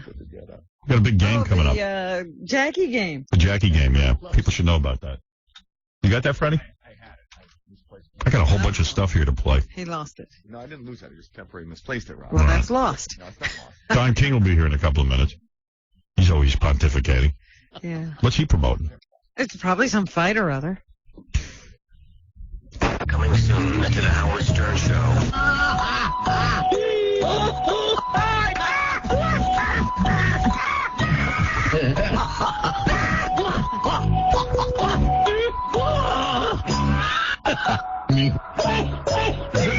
Jackie, Joke Man, Jeopardy. Details soon. Hey, Bigfoot, you're on the air. Howard, how you doing, man? Try to speak up. You're very hard to understand. I'm sorry. How you doing, brother? What's going on? All right, man. What can we do for you, Bigfoot? Well, actually, it's kind of funny. I got a call from a buddy yesterday, actually, a few friends, who was saying something that you were saying I went Hollywood or something. Oh, I said you went Hollywood, yeah. I heard the same thing like a month ago. I thought you were just kidding around, and I heard the same thing again yesterday. Well, you did go Hollywood. What's that? You live in Hollywood. Yeah. And also, like when we contacted you about going to the baseball game and sitting next to Beetlejuice and Gary the Retard, you were like, no, I don't want to appear with those people. I need 2 first-class seats. I'm much better. I understood the first-class seat because he's so tall, but... 2, though. Well, do you see the size of him? But he needs 2 for himself? Yeah, I thought he wanted to bring a friend. No, he did. He wanted to bring a friend, but he has to travel. I don't think he felt that he should be lumped into that group of people. Yeah, I mean, so he went Hollywood. No, you know what happened? What? When I first talked to Gary about doing it, Gary told me it was like real, it's going to be real low-key, not a big deal, whatever. Right. And then I said, I was like, fine, I agreed to it right away. I said, but just call my PR people because I wasn't sure. Like, I knew I was doing something around that time. You know what? It was just getting to be a hassle. Matt, don't even go there. No, I know you had he had an appearance on a local show in L.A. that morning, and we told his publicist that we'd have him on this show the day after, that Monday, to promote whatever he wanted, which would be national promotion. And she said he just clearly did not want to be part of that group. Yeah, so you went to Hollywood. That's all. That's it. She told me that what Gary told her was different than what Gary told me. You guys just decided you want to do it, which is fine. You can do that. Yeah, forget the people who put you where you put you. I love how he has people now that you have to call. You should just call him. He's Hollywood. I told you that. No. He really no. He really does have people because his last appearance here, he was like really mean to me, and I called his manager to complain about him, and his manager said, well, you know what, Matt's moving in another direction, and I won't be working with him anymore. So from now on, you need to have this conversation with Matt's other person. Matt's moving in a different direction. He's even dropping management. I mean, when you got to start talking to Bigfoot's people, that's called going Hollywood, dude. Bigfoot, can we talk to you directly? No, please speak to my people. That thing was fucking got all messed up. People for That's what I said. You went Hollywood. That's all. I have an image. I have an image to protect. What direction could he be going? I'm afraid. A direction with a high ceiling. That's the direction I'm going in. That's the same direction he's always been. That's the direction that will save me from cutting the top of my head off. And then you went and colored your hair and stuff, Oh, it's back to normal. That's not a big deal. All right, so that was my theory. You went Hollywood, but we'll see. Well, no, that's what I was thinking it was coming from. Well, at least is it getting you chicks? Yeah, you getting laid? Not really. I'm trying now. I'm going to come back to you, so maybe do more better back there. All right, man. Thanks, Bigfoot. Yeah, thank you. Good talking to you. That's Bigfoot, everybody. All right. A little misunderstanding. A little Hollywood. So I guess you got to take a break, and then we can talk to Don King. Because he's here. And you got to rest up for him, man. Yeah, you got to be ready. I don't know if Friday's a good day to have men at the end of the week when we're all tired. And especially when you have to plan activities with your kids for the weekend. You got to save some energy for them. I need energy, man. Hey, now. I hope he doesn't sap me in my strength. When does your big weekend start? Right away. Maybe we should take Don King to Scores, mellow him out, and then interview him. Yeah, something. Yeah. Wonder what he's promoting. I guess it's that fight with Lennox Lewis and Evander Holyfield. Oh, yeah? Rematch. Maybe. That's the only one I can think of that's coming up. What happened on the last fight? Just brief me. It was a draw, remember? Right. Even though Lennox Lewis won. Yeah, Lennox Lewis won, but they called it a draw. And everyone accused Don King of fixing the judges. Yeah. Oh, good. This will be good. I did not fix no judges. Now, look, you sanctimonious. Judges voted the way they saw it. This is America. Greatest country. God bless America. You know, everybody loves to take Don King and try to expunge some sort of explanation. But you know, as I am in a permanent purgatory because and as a prognosticator, I cannot work this out. You know, I will go in there extemporaneously and describe to you why someone who judges for a living. You know, we will go through the umbilicals. Yeah. And we will figure this all out. And whatnot. All right, we'll be back right after these words. Howard Stern, he's the king of the douchebags. Yeah.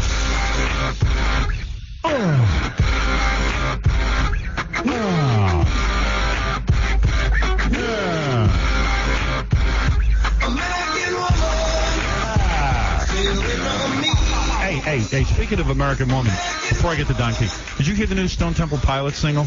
No, I have not. Very good. Want to hear a little bit of that? I always love how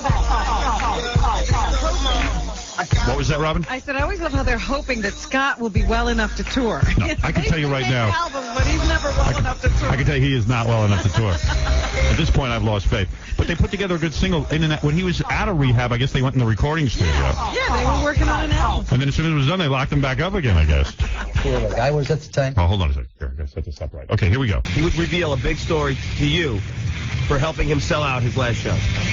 Oh, okay, I get you now. All right, that's all. I just couldn't understand you. You talk with marbles in your mouth. when you.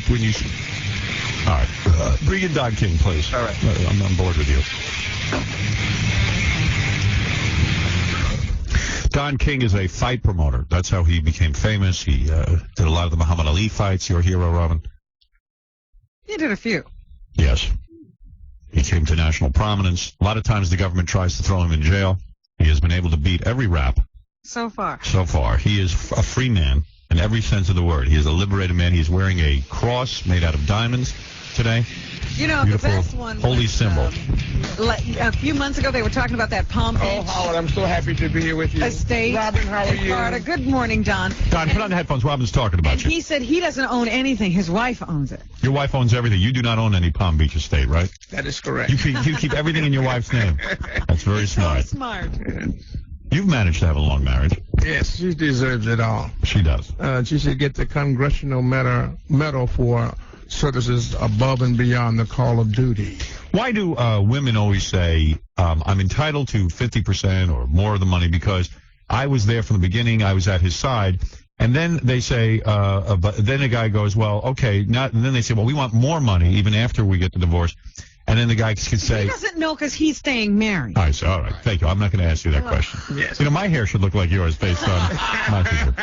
No, I'm just kidding. No, actually, I'm in a sad situation, as you know. It's very unfortunate. I'm deeply grieved. Thank you. I am, too. Yes, I know. Yeah.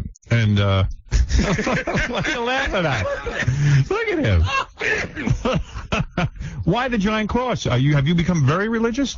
Well, I think you better start to praying, too. Put God in your life. Can you book me a fight? I need a fight. Who could I beat up? This is great. This is always a pleasure to be on a pure Americana show with Howard Stern. It is Americana, you're right. How you been, all right? I'm doing great. You are not up on any charges right now. You beat a whole bunch. You beat the government. The federal government was after him again. Yeah, the federal government. The tax man is always looking. Tax man always looking for you. Why? Don King pays his taxes. Country. It is a great country. You know what I mean? I love this country. Right. And the mere fact that you have redress, you have recourse, those fundamental rights from the organic and fundamental document, the Constitution of the United States. Somebody told me that the last court case you had, that the jury was so good to you that you gave them a big party. Is that true? Did you take them on vacation? Did you take them on vacation with you? You did. Where did you take the jury? To the Bahamas. You did.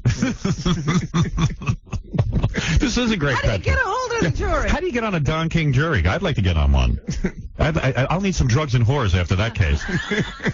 You're kidding. So how did you get in touch with me? You just called them up and said, listen, as a restitution, I would like to make you whole. I mean, don't you think it was I think funny, that I think that's one of the greatest services any American could pay, to be on jury duty. That's a great sacrifice. Privilege. Yes. It is. And have you done it? Have you served on a jury? Yes. It is. Oh, can you imagine Don King's on your jury? Yeah. So, the people deserve it. After they have done their job, you know what I mean? Right. You can't, this is America. This is the greatest country in the world. Have you ever seen anyone who was guilty? You have been found innocent so many times, and yet they continue to try to find something on you. There is no dirty laundry here, is there? No, it isn't. It's inconceivable that I would be doing the proper right thing. They can't believe it. Why are they picking on you? Seriously, why are they picking on you? Is it because you're a black man? Is it because you're a successful black man? Really, what is it? I would agree with that. You would think that was the reason? The other day, Don, there was yesterday. In fact, it just broke the story about the IFB and people buying rankings. What is this, Robin? In boxing. IFB is the. I don't know what they. What is the IFB? I don't know what that is. What is that? That's some sort of boxing? Yeah, they say the IBF. IBF. I see. I'm sorry. International Boxing Federation. That is correct. Are you involved in that? No, but I work with them, and what America has to understand, and what people don't understand is what don't we understand? The general public got to understand this. I should say it this way: that the infinite wisdom of the American people is phenomenal. You know what I mean? Yes. And allegation and accusation is just what an indictment is. Right. It's not necessarily. It's not proof. I mean, so it's really, this is what makes this country so great. That is the remarkable part about America, because if you're accused in the other country, you know what I mean? That's the end of it. They throw you in family prison. Destroyed. You're in prison. This is a fabulous country. It gives you a right. You're not involved in this in any way, are you? No, I'm not. I said, He's trying to get involved. You know what? I don't think they named Don King in this one. No, good for you, Don. You stayed out of that one. Don, what about you? Can you get a cab? Thank you, Jesus. Can you get a cab in Manhattan as a black man? Danny Glover recently came forward and said he cannot get a cab. Well, he was en route to see Holyfield and Lewis, on November 13th that's what he's promoting. Las Vegas. Did you tell me the last time that you were going to give me Caesar's Palace? Did you tell me the last time you were going to give me a big exclusive if I helped you sell out the last time, and in fact you did sell out? Okay, here's the big exclusive. I met with Laurie Mays. He's the chairman of the board of Clear Channel, and they're making the AM and FM a merger. Yes. And they got to divest some of their radio stations. So I made a $4 billion bid to take the entire divestiture of Clear Channel and AM and their merger. So you're saying Don King is going to buy a chain of radio stations? Would love to. That's what I intend to do. I've talked to. And you have $4 billion? No, but you can always get it. You can float some sort of. Yes, you know how it goes. I understand. This is America, baby. What would you call it? Don Radio or King Radio? We're going to keep it going like it is because all of them are successful radio stations, and I think he's one of the greatest family men that I've ever met. Laurie Mays, I used to be the greatest family man. And Mark and Randall. Amazed, and so with Tom Hicks out of Dallas. And so it's something that is. Are they taking your offer seriously? Well, they should. They should. Yeah. $4 billion. What kind of an announcement is that? I don't know. That's not a real good announcement. Yeah. But okay, but it's something. It's an exclusive. That is something. So you got it first. Thank you, Don. Yes. All right. Now back to Holyfield and Lewis. All right, talk to me about that for a second. Now the last time we remember, the last time you got Holyfield and Lewis together, two great fighters. As I predicted, Lennox Lewis won that fight. He did. Yeah. And I said he would. I know Lennox Lewis. There's no doubt about it. But not according to the judges. That's what makes it so great. Don, controversial? It cost me $2,000, that fight. Well, did it really? Yes. Why? I remember it distinctly. Did you bet the fight? I bet the fight. Yeah. Well, you got a chance now with the rematch to get revenge. You can get double your money. You know what I mean? Nobody's it's going to be great. Bet me that kind of money anymore on this fight. Well, you never know now. I think it's so wonderful. You know Lennox Lewis will win this fight. He is a superior fighter at this point to Evander Holyfield.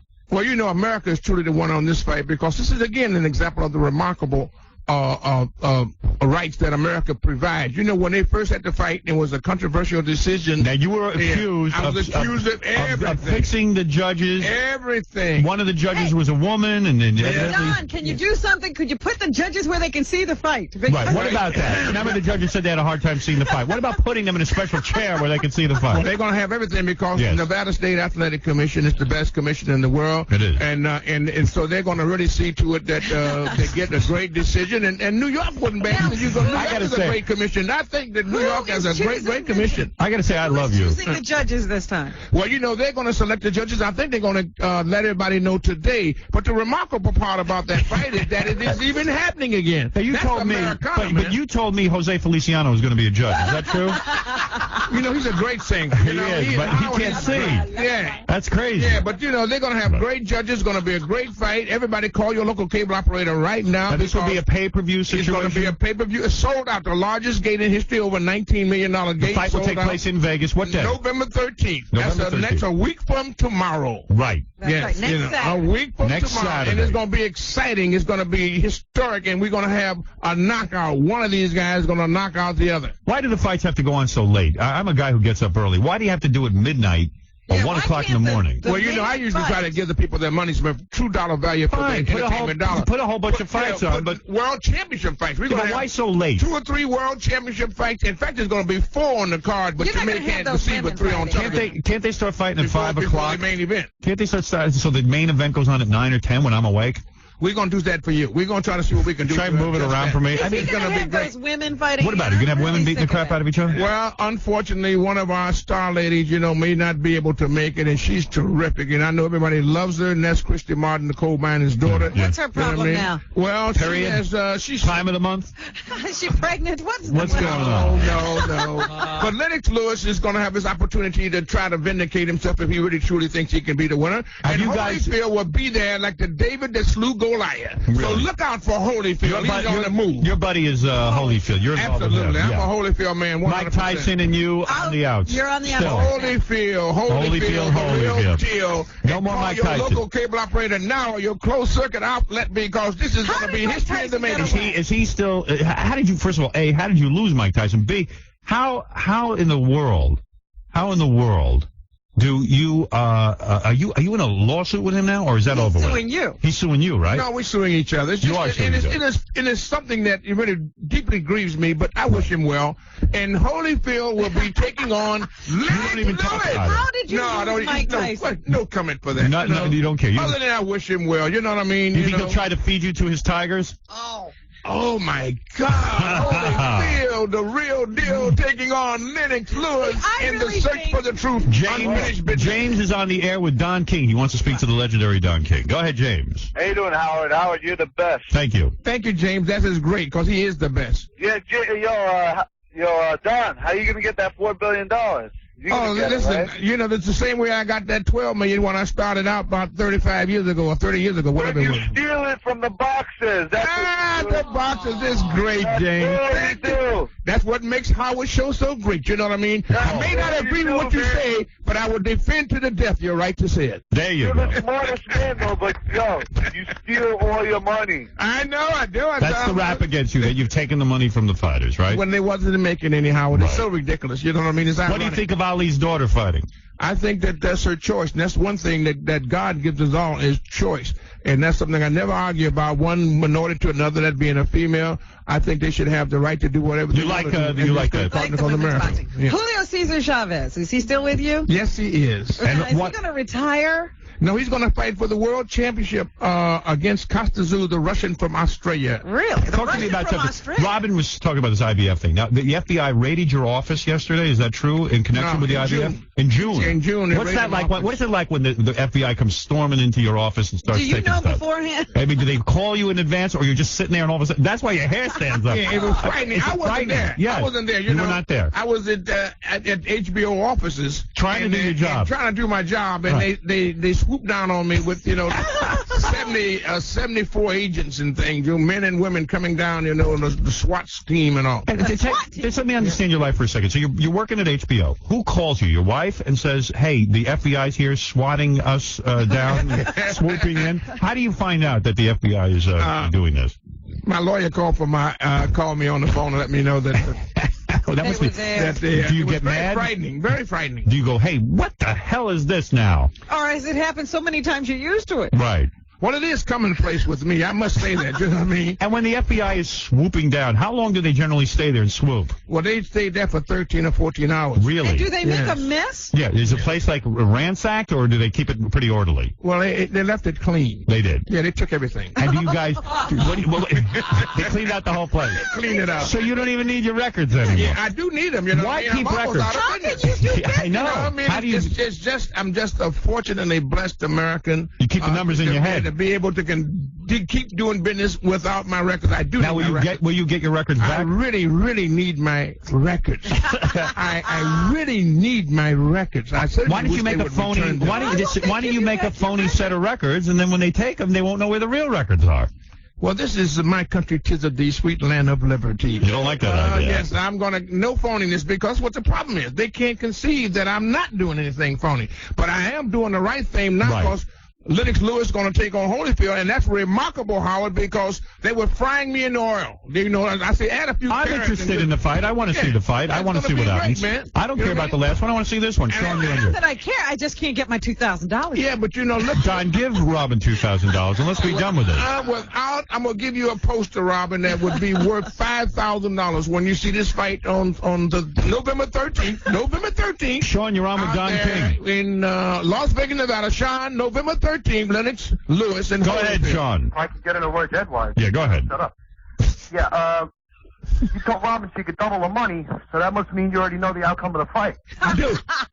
Who is going to win the fight? Tell us. Holyfield will win the fight. Yes. See, I went with you last time. That's what happened to me. But you know, You're it was just a saying draw, that. Robin. You're just saying. Yeah, but it was so obvious. You're to me. concerned for your man, aren't you? Lennox Lewis is a great fighter. Yes, You're he is. concerned. You know, he acquitted himself quite admirably. I have to say that he did something that I never thought he would have done. I was shocked and amazed that he performed so excellently, but he didn't take him out. He should have taken him out when he had him drunk. He should have mugged him. And you think Evander Holyfield will be better prepared for this fight? Absolutely. He would be like David and Goliath. He will slay the giant. Mike Tyson is on the air. Go ahead, Mike. Hey, Howard, Yeah. tell that big head jigaboo. Oh. That's Mike Tyson. All I'm right. going to cut his ears off. I'm going to chew his ears off. All right. I'm not going to put up with that kind of Did you nonsense. see Mike's last fight? What do you think of these racial slurs? It's terrible. It's terrible. When will we all live as one? That's what we should do. Right. Did you see Mike's last fight, Don? Did you see Mike's last fight? No, I didn't. You didn't watch it. You won't even. You are hurting. When I mention the name Mike Tyson, I see You can see pain. the pain. There is pain. It's excruciating. It is. To see this man just go afoul and just, hurt himself like the way that he's doing. And I really love the guy. I think Some it's people just think sad. you hurt him, actually. No, It's funny that you say that. I heard him with 120 million, you know what I mean? Right, he So, certainly laid a lot of I can cash. take that kind of hurt. You and Mike are legally separated, or are you divorced? This looks like a divorce. It looks like a divorce to me. Howard, I can feel the pain now. I can look at you and tell. Oh, yeah. Yes, it's rough, but you know what? I'm with you. Thank you. You're a true brother. I am. Ain't no Simon, you're on the air.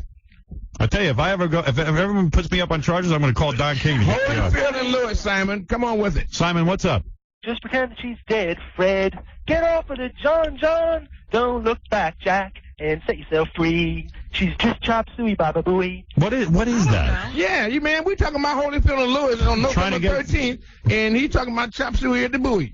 Hey, you're on the air. Yeah, Howard. Yes. Say this guy brought back boxing back in the 70s. But Don, I think you ought to run, not walk, and get out of this country. Why? Because the government's going to hound him like John Gotti, and they're not going to be happy until this guy's sitting in jail. So you think that they're going to continually go after Don King until they can finally get him in jail? Yeah, and I think they ought to leave him alone. Well, thank you very much, and I certainly appreciate that. But I got a lot of faith in America, and I think that Americans are now waking up to the fact that this is our country and that we must be able to defend the rights of our country. So this is God bless America and God bless the American By the way, Don, you'll be interested to know that was Sammy the Bull on the phone. Yeah. Well, everybody has rights, and that's what's most important. Pete, you're on the air with Don King. One last phone call. Go ahead. Yeah, hey, Don, how you doing? Great, Pete. Howard, you show us the greatest. Don, I just want to let you know I saw you on a plane, and I saw you butt naked in a hot tub at the Mirage. You saw Don King naked at the Mirage? Butt naked. How is that possible? There's 4 hot tubs in the spa at the Mirage, and I looked over to the right. It is correct. That is correct. And what did you see? Don was in the hot tub? Don, you're a famous man. Aren't you nervous to have people see you naked and report on your body and how big your penis is, for example? You saw the King penis? I was going to ask him for an autograph, but I didn't see anywhere where he might have a pen. Pete, everyone is curious about Don King's penis. Is it something? Don's a big man. He is. Don's a big man. Wow. This is great to be on Howard Stern show. You know, this is really a tremendous American Is that true? You are a big man? Seriously? You know, Howard, this is just so wonderful being an American. And then think about it now. So Tyson didn't take a bite out of that, did he? No way.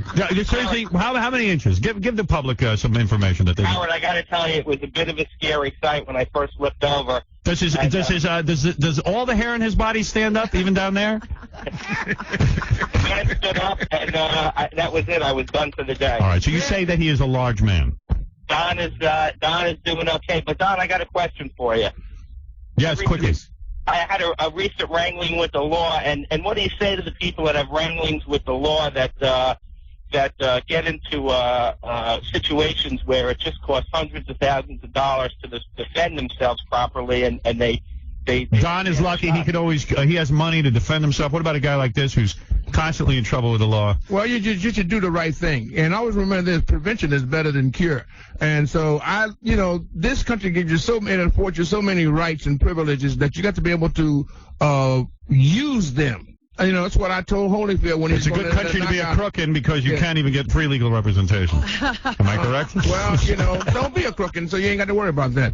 Holyfield and Lewis on November the 13th is going to be a mind boggle. Yeah, let's talk about that. Ask a question about that. Willie, go ahead. Hey, Howard, how you doing? Go ahead. Don. Hey, Willie. What's the deal, my brother? Listen, you're doing a great job, man. Thank you, Willie. You're the man. All right, well, what do you want to say, Willie? If you want to make some real money, they got to go through you, and that's the bottom line. The Holyfield. What is the question? The Holyfield and the Lennox Lewis fight. How did they give that fight to Holyfield? When Lennox Lewis. They didn't give it to Holyfield. They called it a draw. They did. What does that mean? The guy who had it before he keeps it. I don't know. No, they both had, whatever they brought into the ring that day, they left with that. Also, and so now they're going back to have Search for the Truth, which means we're going to find out who is the guy. Called Search for the Truth? Search for the Truth. Unfinished business. Larry, go ahead. You're on with Don King. Hey, this is Larry from Hillsborough. Yes. Don, what's Larry. up, my man? Ain't nothing. Listen, man, Tyson is going to be the champ of the world again, brother. He's going to be the champ. Really? Yes, sir. He can't even get through a fight. Yeah, Come on, you can't count the man out. You feel that he will rise again? He will rise again, and he's going to kick Don King's ass someday. Don, what about you fighting Tyson in the ring? Why don't you fight him? I tell you, I pay big money to see that. Oh, man, that would be a great fight. That would be a great fight. Yeah, Don can handle himself. Great fight, but I love Tyson. I don't want to fight him. You don't? No, I don't want to fight him. I wish him well. I just hope he can continue to do well. Do you want to tell him to drop his lawsuit right now? Go ahead. Well, he should. He should. Yes, he should. And I should drop mine too. But if we got to go to battle, we do battle. But hey, that don't have nothing to do. That has nothing to do with Tyson as a personality. Yes, he would. I'm certain that he would do that. There's no question about it. He's kicked quite a few already. All right, let's go to Shelley. One last call for Don King. Yes, Don King. Yes. How you doing? It's Shelby. Hey, I work with Bobby Mitchell. You know Bobby Mitchell? Yeah, I'm not going to get into that. Yeah, me neither. I'm not getting into These that. guys got so much negativity. It's all good. It's all good. You're the only positive person we know. Yeah, Jimmy, you're on the air. Go ahead. One last call. How you doing, Don? Hey, Jim. I got a question. I was watching TV last week. Roy Jones Jr. said if Holyfield beats Lewis, he wants to shot at Holyfield. That's a good idea. Roy Jones is a decent fellow and is a great Jones fighter. is too small. Well, no, he's pretty big now. Take him on. He's big now. He's big. Give me some elevator shoes and let's get him in the ring. Put him on stilts. All right, so Don King wants everyone to know that the Holyfield-Lewis rematch on November 13th takes place in Las Vegas, but you can be there via pay-per-view. Yes. Searching for the truth, unfinished business. Please call your local cable operator for the pay-per-view information. And Don, always good to see you. It's just so wonderful, Howard, to see that. And you made that announcement so proficiently and effectively. Thank you. I know one of you number one around the world. What are you going to do? What do you do when you leave the studio right now? What is the day like for Don King? What do you have? It's going to be a hectic day, but I'm going to have to savor the moments I've had in close proximity to you. No, what are you going to? What are you going to stop? You got to meditate on it. Yeah, are you going to? You have a lunch plan? Robin, you're going to do good this time, Robin. Don't forget. Don't give up on Holyfield. He's the real deal. I see you with a massage room full of hookers. Am I correct or am I not? I know this guy's having a good time. A hot tub and a hooker. All right, This is so great, man. We're gonna have this show, man, and Holyfield and them guys gonna be working out All right. on Lennox Lewis on TBKO. You know, it's gonna be, great production. You know? All right, Don, keep it up, and I mean your hair, of course. And certainly, we'll all tune into pay-per-view on November 13th. Thanks, Don King, everybody. Wait, we can't go yet. What do you mean we can't go? I'm going right now. I got to see. This is for you, Howard. Oh, okay, And thank one you. for you too, Robin. Oh, she needs that. Believe me, Robin likes those kind of Take a posters. look at that, sure. You're listening to a man who prefers to hide behind a telephone answering machine to avoid just about everybody. Howard Stern. Welcome back. We're talking about Howard Stern's illegal separation, just one more celebrity story or a different kind of news. Again, my guest, actress Barbara Barry, currently appearing on NBC's Suddenly Susan. Thelma Adams, senior film writer for the New York Post. Paul Cubby Bryant, afternoon DJ on New York's Z100 Radio. And Rabbi Shmuley Boteach, author of upcoming book, Dating Secrets of the Ten Commandments. Very interesting. Try this secret. True or false? Those marital problems will make most people feel better about their own problems. True or false? True. True. True. True? True. False. False. Okay, let's go with the false. Because everyone has marital problems, and everyone can identify with him, and everybody can say, I understand what he's going through. It doesn't make you feel better. It makes you feel as if you have a companion. Marriage is not easy. It makes you feel better. So you think most people are more caring than curious, or you think for most people this is just curiosity going on? I'm amazed at how caring people are. I think you are. I told you, after the fact that I was on the show, it was just a coincidence. I was booked beforehand and suddenly announced over the weekend he's getting separated. Here I am, his only guest in the day, separated in this morose, morbid atmosphere. And everywhere I went, people knew me and they knew I was on the show. They were devastated. I was just taken aback. I mean, the amount of sensitivity, the pain his public felt, I couldn't believe it. I think people really did identify with that marriage. I think that the public is divided, and there's Stern fans And they're who not. are concerned, and pardon me? And they're not. And they're I mean, not. And they're- people- yeah. either you're a Stern fan or you're not. fan or you're not. And if you're not, you don't care, and you kind of think, well, you're going to see that's coming. And if you're a Stern fan, you care. Stern's fans are very passionate. Are very passionate. Right. Man, they're really talking up a storm about me. Could I start this one? True or That's a whole half hour. We should play the whole thing. Oh, I mean, every time they came back, it was like they addressed a different segment of your separation. No, is that interesting? Kim, what is it? You're on the air. Hi. Hi. Howard, you know, you was talking about how you wanted to take your kids someplace, you didn't have no way to take them, right? I didn't say anything. I'm listening to you. Okay. There's a museum called the Muse Museum on Eastern Parkway. Eastern Parkway? It teaches, yeah. Oh, please. It's right next to the museum, the Brooklyn Museum. The big museum that, What is that, one of those that black museums? Giuliani was trying to shut down all that stuff. Is that a black museum? Yeah. Oh, yeah. Okay, I know what that is. I know what that is. Oh, so you want to take your kids there? What, take my kids to the black museum? No, for the children. It teaches them about, like, I don't have a bulletproof hat. you don't need one there. No, I'm just kidding. What are you talking about? Jews live over there. Are you kidding me? So what are you That's saying? I should, Deweytown. is it? I should take my kid to a black museum? All lives there is Jews. Live in that neighborhood. All you gotta do is take them there. I mean, on the weekend. All right, I'll consider it. Thank you. Thank you, Kim. You will? No, but thank you. But why not? Oh, I don't know. Listen. I'm in enough trouble. I got enough problems. I'm so worried about going to a black museum. No, but I don't even go to a. I'm not talking about you. What kind of a black? What is a black museum? I'm just gonna go to a regular museum. I don't need to have a whole. I don't want to be taught. And area that you would. I know how black people grew up. I grew up with black people. I don't need a museum to teach me that. Of course I did. No, I grew up with black people. They really grew up with the real black people. Oh, yes, I did, honey. I'm talking about Harlem Methadone Clinic black people. Tell you what you grew up with. That's what I grew up with. People that were trying to be white and moved No. Yes, it is. They came out from. Honey, you don't know nothing about it. It's happening now. It's happening. Honey, you go to Roosevelt, you wouldn't last a week. All them people moving out to Long Island. You're not even black enough for Roosevelt. You're white. You're considered white in Roosevelt. No. Yes, you are, honey. No. Mm-hmm. You are going into the ocean because the black people are moving out and they're going further into Long Island. Where you going? When we move, we got nowhere left to go. I know. You're going to the ocean. I know. That's where I live. I live in the ocean. All right, get out of here, Kim. Exactly. Goodbye. Kim is insane. Go take your kid to a black museum.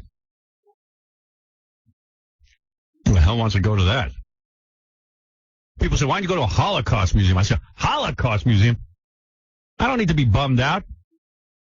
You know those black museums full of slaves and slave days? Shackles. Shackles. Actual shackles. It's like, who cares? I'm sad enough. As children, we were very bad people in our past. Right. Yeah, kids, we're bad people. White people are bad. My love. Press this button and listen to actual Negro spirituals. I need 3 hours of guilt like I need a hole in the head. I got enough guilt. Lord, I'll never turn back. You could go to the Whip a Dummy exhibit. They have this dummy set up and you just whip it so you can pretend you're a slave master. I found Daniel. That's what I need. Real shackles from a boat that slaves were brought over on. Oh, good. What else you got? There's a whip. Whip this dummy. Pretend it's a black man. Now sell that woman son. Yeah, with fake auction. Yeah, take this black woman and her babies and separate them and sell them off. Then you get a whole, you can watch people pick cotton.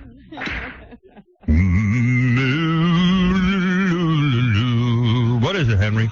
Hey, Howard. Yeah. Listen, I live in Valley Stream, right? Yes. Used to be an all-Jewish neighborhood. That's I'm not correct. Jewish myself, but a very nice neighborhood. Yes. Every weekend, I got another moving truck in my area, and I'm just like, all right, who's moving in? All of a sudden, the next day, I'm on my way to work. I got 7 black kids on their way to the bus. Well, let me tell you something. I experienced living in a white community that overnight, literally, went all black. And I've seen this. I've seen it happen. And it's very sad. And I'll tell you what's sad about it is that white people are so scared that they immediately exodus an entire community. But real estate guys target areas. They do. And they decide, I'm going to do this to this area. And they know that white people are cowards and they will flee their neighborhoods. And they can get their houses for cheap by That's right. scaring them out. Now, I'm not about to move out of my neighborhood. You should stay there. I want to. That's what my parents did, and now I'm nuts. Get out of here. Don't remind me of my past. Robin, what is in the news? That's most important right now. It's a Friday. People want some sort of news roundup. Don't forget the television show this Saturday night featuring Barry Williams, Greg Brady performing Rhythm of the Night with the Losers. It is truly a classic moment for any true play the steel drums and Baba Booey on trumpet, and that gay dude, Gay Ramone, is dancing during it. You should see me on those steel drums. I'm bent over them like an old housemaid cooking. You dance while you cook. Yes, I do dance. Let's see Scott the engineer's. Oh, here's the trumpet. Wait. Steel drums. And Tara, the hot aerobics instructor, burps in a bikini. This girl's got the most kick-ass body you ever saw. Casey gets a foot massage from a gay man. Stuttering John attacked by Burt Reynolds. And new Michael Naran animation. Blackswell and Out of the Closet Stern at the gay games. And you will love the Gay Family Feud. Also, the band Celeste, these 3 incredibly hot chicks get naked and sing and start making out with each other. Much hotter than Ally McBeal. What is it, Mike? Mike's a cop. Yes, Mike. Hey, Howard, how you doing? Yeah. Listen, I know about that museum she's talking about. If a man your stature walks to that area, you're looking to get killed or mugged. Yeah, believe me, I ain't going to any museum. Unless you wear black hats, a black suit, and got long curls, you're in trouble if you walk in there. All right, thank you. All right, Howard, take care, buddy. You can get that outfit together. I can pull that together quickly. Oh, dear. This guy Larry says he got a letter from Kathy Lee, and the Gifford name was crossed out as well. As well, huh? Yeah, hi. Is that really true, Larry, or are you just pulling my leg? No, absolutely true. On up back. Why did you get a letter from Kathy Lee? I work for a jewelry company. We import pearls, and we sent her some stuff to wear. Hopefully she would wear it and wear it on the show, to promote it shamelessly. And she sent us back this thank you note, and it says, thank you so much for the beautiful jewelry. I love it and look forward to wearing it. God bless Kathy Lee. Right. Right on the letterhead. It's just slashed right off.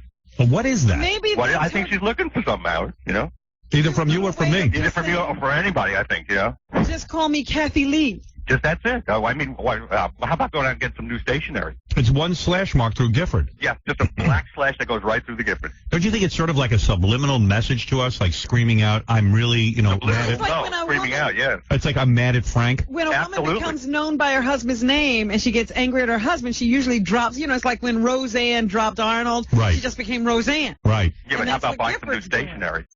Well, I think this is more of a statement. Yeah, this she is hasn't really fine. And this is a couple of months ago. Mm-hmm. She hasn't this really isn't just dropped recently. it. Yeah. But This is more of a statement to take the name Gifford and put a cross mark through it. Yeah, here, Frank, take that. Exactly. It's an angry slash. Yeah. And the God bless thing at the end, too, their whole religious thing. I'll tell you, when I noticed that she put a slash through Gifford, she might as well have drawn a picture of her vagina. I thought she wanted it. Thank you. You're welcome. All right, Larry. Take it easy.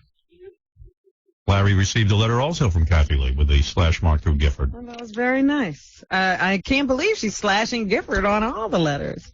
I can't believe it either, Robin, but you learn everything here on this show first. We are newsmakers. Yes, in the Post today, they say Stern blasts Kathy Lee's ridiculous letter. Where is that? I didn't see that. It was page 20. Oh, move back to page 20. Yeah, Howard Stern yesterday slammed Kathy Lee's letter of sympathy over the bust-up of his marriage as insincere and ridiculous.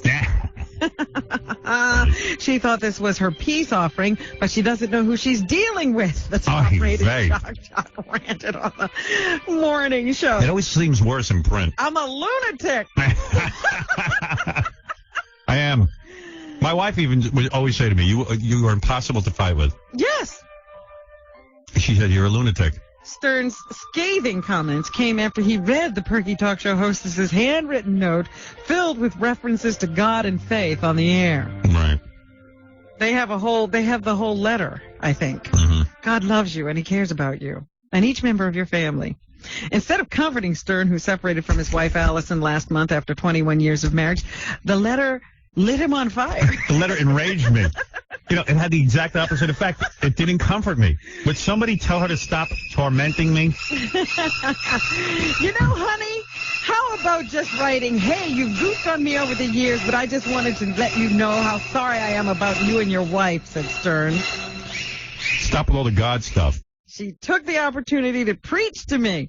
We are so out of sync, me and Kathy Lee. She sent me a nice letter to tell me that, hey, I hope you... I feel bad for you. And it enraged me. The letter enraged me. Kathy Lee can't be human. And I don't think for a minute she believes in God. I don't. The sad part is she's a Jew. Oh, dear. Kathy Lee's camp said that the letter was never meant to be read on the air. Really? Declined further comment. So there you go. Wow. Did they mention that she slashes the name Gifford? Nope, don't want to talk about it. Mm-hmm. And Larry got one, too. I'm not the only one. That's pretty funny, though, that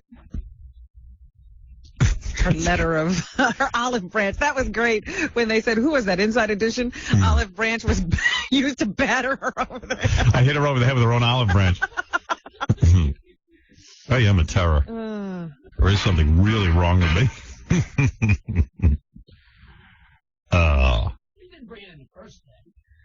It took you a couple of days. It took her a couple of days to write. It took you a couple of days to get it in here.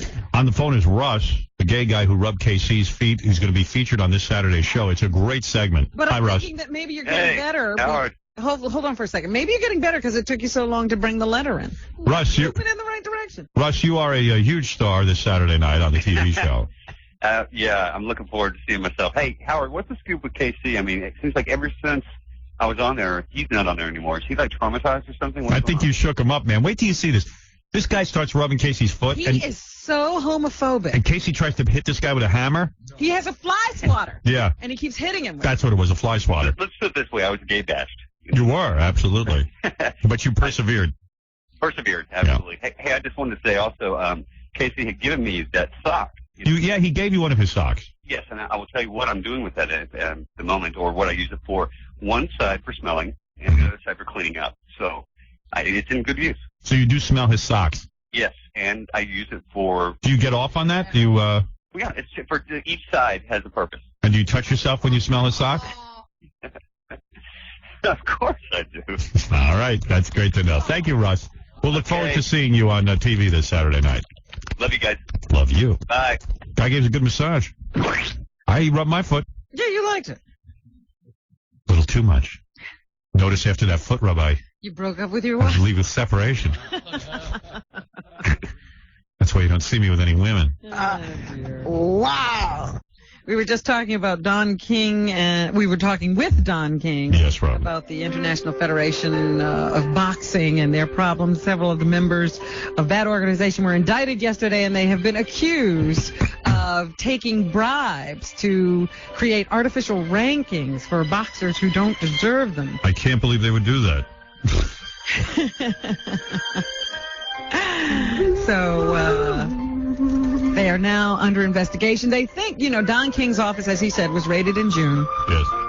Very unfortunate. And they think Don King might have been a target when they started this investigation, but it wound up getting some other people in trouble. They say this has to do with a George Foreman fight that happened a while ago. He boxed somebody that was previously unknown. Right. And now everybody's wondering exactly who will be tarred in this latest investigation, whether it'll hit some boxers, whether it'll hit some famous promoters. Baba Booey. Don King so far has not been named in this particular set of indictments, and he's very happy about it. Great country. So what are you going to do? Anyway, George W. Bush is also in the news because he has said that he thinks schools should expose kids to biblical beliefs that God created the world, as well as scientific theories about evolution and the Big Bang Theory. Right. So he's gone on record as saying everything should be taught. Yeah, it's smart. When you run for president, just say, yeah, I agree with everything. Not only the religious thing, but the scientific thing, too. Yeah. Meanwhile, a boy in upstate New York is suing his school because he was asked to draw a picture about how best to save the environment. Yeah. And he drew a big picture of Jesus holding out his arms. Really? Yeah. And he's in trouble for that? The teacher said, no, that wasn't the assignment. Go back and draw something else about cleaning up the environment.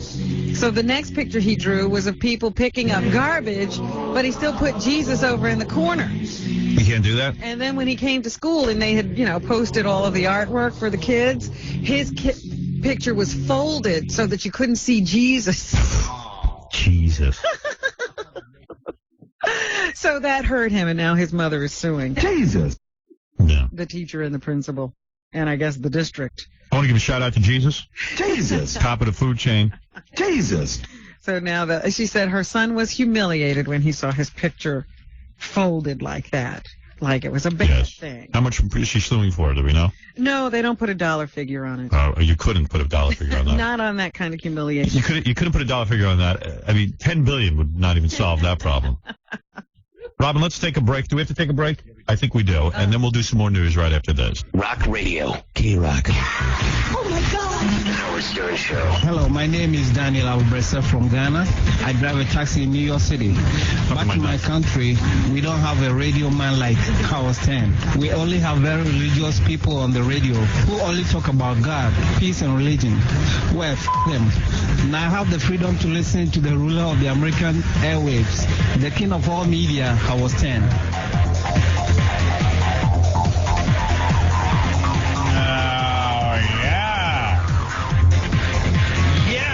Jackie Stallone coming in, so we have to, she does this thing now where she reads people's butts, like she can look at your butt and tell the future. I've never heard of this. Did she invent this? Yeah. So we have to go, after the show today, we have to go Xerox our butt cheeks so she can study them. Really? You got to have bare butt cheeks. Yeah, I just don't want my nuts Xeroxed, okay? Bare butt cheeks she has to see? Bare butt cheeks. That's correct, Robin. Bare butt cheek. Bare butt cheek. Bare butt cheek. Oh, mine say a lot. This is a man who has never lifted anything heavy. Doesn't weigh well. Yeah. I hope we don't leave any stains on the Xerox machine. Oh, God. Yeah, had a rough night last night. A lot of tacos. A little junk in the hair. Chicken wings. Chicken wings. Oh. This is a man who hasn't lifted a lot of heavy objects, and doesn't wipe well. This is no Rocky. Right. He's going to look at yours and say, this can't be a real ass. Oh, yeah, Jackie, you're a prize. Yeah, I'll match you. We'll see. We'll see. I'll match you. We'll see. Here we go with you two. I'm rock hard. I've been working out. Yeah. All right, Robin, what else is... Have you seen the news that Ken Griffey Jr., who's, a big star in baseball, he wants to leave his team. Ken Griffey Jr., He yes. wants to be traded. He wants to leave that team. I guess he wants a championship ring like everybody else does. Well, he's in demand, too, and he can get a big contract. Well, they were offering him a lot of money to stay. Everybody wants him. Right. And they're saying now it's a possibility he could come to New York and be a Yankee. Wow. I know, because there's a lot of conjecture back in the office. A lot of the guys are debating. I wondered if that was big talk, because they're thinking of trading Chili Davis and a couple of other guys, I guess, for him. What's the talk back there? Well, there were a bunch of teams he said he wanted to go to. Atlanta and Cleveland look like two of the ones that he might want to go to. But, the whole deal is that his dad either coached or played for the Yankees when he was a little kid. Yeah. And he felt he was treated badly by Steinbrenner. And he's always said pretty publicly that he would never play for the Yankees. Right. But, if they throw a bunch of money at him, I'm sure he could forget depending on it. the money. Yeah. They said that whenever he came to New York, he'd always play at his best because he hated Steinbrenner. He felt that Steinbrenner did something to him that pissed him off. What did he do to him? Something Nobody knows. Yeah, it's like one of those things that only he knows. Right. And if he told us, we'd all say it was nothing. Yeah, like get over it. Right. So he won't play for the Yankees, but would he play for the Mets? Well, the Mets are going after him. They say that he doesn't even want to play in New York. That he'll be the highest priced guy, right? Piazza will no longer. It's a funny thing though, but like Piazza's always the guy who's the highest priced guy, even though highest paid guy. Yeah, highest paid guy. Even though people will surpass him. Well, no, because he was the highest paid guy, and before Piazza there was another guy. I don't know, but it's always like people for some reason don't like Piazza getting a lot of money. Well, that's true. Piazza will always be the $96 million guy. Right. So how much are they offering Ken Griffey? They're talking like 120s. I think he turned down like 120 million or something. Yeah, it wasn't like they were offering him chicken feed. They were offering him a lot of money to stay. You should date him, Robin. He's not asking. What are you talking about? He met you, nice princess? They're saying that he's probably going to break Hank Aaron's home run record because he's already more than halfway there in his first 10 years. Wow. Oh, I wish I could get that kind of money. But just saying he wants to play close. This is really weird. Like he wants to be close to home. He wants to be close to Florida. Oh. Like what if there's no good teams near Florida? Yeah. Oh man. And don't you travel anywhere? Yeah. You love guys like that. So great. Be home in the off season. I like to live near my house. Yeah. Oh. I love the water. I love Bayville. We're like a baseball team. Howard Steinbrenner. If Howard comes to California, I won't go because I have to stay. Howard did something to me. I'm not telling anyone. I'm leaving the beach. Howard. I'll never work my best for Howard. But I hate Howard. They're saying that Cleveland and Atlanta might be the front runners, but they're also going to have to give up some big players. Like even the Yankees, they're talking about. Yeah, they were talking about trading like 9 people. Bernie Williams. They might have to give up Bernie Williams. Right, Bernie Williams. Who's great. Yeah. Not worth it. No, I don't think so either. And how much does Bernie Williams have to do for this team before they love him? I know. And you know what? Ken Griffey Jr. doesn't make the Yankees so much better than Bernie Williams. Like a team that sucks needs him. Right. See, the Mets need him because the Mets are close. And they don't have like that kind of hitter. They don't have the guy. Mets have good fielding. Yeah. Excellent fielding. They have good hitting. Right. But this would elevate them to maybe World Series caliber. You need a guy who's like they call your go-to guy, the guy that back clean out. When you're down, he comes through. The Mets don't have that. Like Brocious always comes through in the World Series in the playoffs. And Bernie Williams, you look at Brocious, becoming Mr. October. You always look at Brocious, you go, he's going to strike out, and then he just comes through. Yep. They need a guy like that. And Cleveland's talking about getting him because Cleveland has made it to the playoffs all these years, and they just get dumped out pretty early on. So they're saying that he can make the team great. Tom Chiasano is calling in. He says he knows why Ken Griffey Jr. is mad at the Yankees. Okay. Here he is, our general manager, Tom Chiasano. Tom, take it away. The story is supposedly when he was a kid and his father was a player for the Yankees, he was in the clubhouse playing, and Steinbrenner saw him in the clubhouse, thought it was inappropriate that this kid was in the clubhouse playing around, and told him to get out. Well, that's perfectly fine. Yeah, that's what you do to kids. I'm just saying that's what the story is. Right. I got it, Tom. Thank you. Are you on a cell phone? I am, sir. Are you golfing? I am, sir. He's golfing? Every Friday. Why are you not coming into the office anymore? Is your job so irrelevant? That's not. I come into the office plenty. I'm just taking a vacation day, sir. Every Friday's a vacation day? Not every Friday. How many vacation days do you have? Don't you think I need a vacation day? Good morning. Good morning, love. All right. Goodbye, Tom. Go play golf. Disgust me. Oh, Oh, this guy with the golf. with the vacations. It's very demoralizing. With the golf vacations. Rome is burning and he's vacationing. All right. Hey, what are you gonna do? Anyway, Robin, what else is in the news? Let's get Let's this over try to with. get Tom out of our minds. Yeah, because we could leave here and go play golf. Okay, Richard Gere was voted world's sexiest man. Police. By who? The Gerbils? sexiest man alive. He is not the sexiest man alive, is he, By Robin? People magazine. He's pretty sexy, but I was thinking maybe this should have gone to Pierce Brosnan. But I got to tell you something. This whole thing misses me. I'm so heterosexual. This thing misses me. I don't get the Richard Gere. He's sexy. He's Really? definitely sexy. He's a little past his prime. Right. And he wasn't really a presence on screen this year that anybody could tell he's sexy again or not. First of all, shouldn't he dye his hair? Given it to Pierce Brosnan because Pierce Brosnan was incredibly sexy in the Thomas Crown Affair. You know, I never saw that. Is that on video? Good. I don't think it's come out on video yet. With somebody from some major studio. He's sending home messages. Yeah. Get me the Thomas Crown Affair so I can watch it this enjoyed that weekend. movie, and he was very sexy. I need it by today. I can't wait. And he's a good-looking guy. And I want a good movie to watch. So that's what I thought should have happened. I don't think it should have been Richard Gere. This is his second opportunity at this award because once he was voted sexiest couple when he was married to Cindy Crawford. Small penis. Was in a movie and he showed his penis. That's right, Breathless. And by the way, What? JFK Jr. is the sexiest man dead. That's true. And That was voted. I defy anybody to dispute that. What is it, Nick? Yeah. Tom was wrong. It was Billy Martin that didn't allow Ken Griffey in the clubhouse. Oh, not George Steinbrenner. Well, I don't know about that, Howard, because he says his beef is with George. Right. Yeah, But he's mad at George Steinbrenner. but it was Billy Martin. Well, maybe George could have stopped Billy Martin from throwing him out. Thank you. Here's People Magazine to talk about the fact that Richard Gere is their sexiest man and why they chose him. Galena Espinoza was asked how many men were under consideration. He is, in fact, the only person What about to me? make the cover of this issue twice. What's interesting, though, is that the last time he didn't make it as the sexiest man alive. He made it as part of the sexiest couple alive when he was still married to supermodel Cindy Crawford. As you pointed and out. the reasoning there was, I mean, they were just such a hot couple at that time. Thank Both you. their careers were in the stratosphere. She was one of the most beautiful women in the world. He was one of the most good-looking men.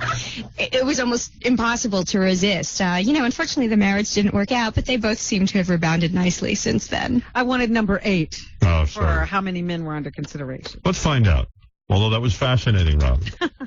Oh, gosh, probably more than a dozen. I mean, we really kind of just sit around. We have great editorial meetings, let me tell you. You come Yeah, in let me tell you, that's some job. one morning, you sit around and you say, well, who do we think is good looking? So, and we take seriously all the names and we look at photographs and we talk to, people who are in the industry about who's hot, who's doing really well career-wise, who's popular. Let me tell you something. Richard Gere is lucky JFK Jr. was a rotten pilot because JFK Jr. would have gotten that award.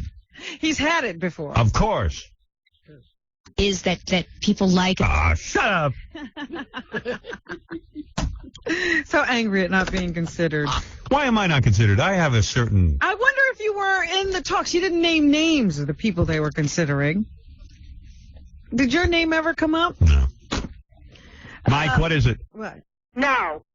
Yes, Mike. Al, what's up? Yes. Listen, the real story of Griffey is this.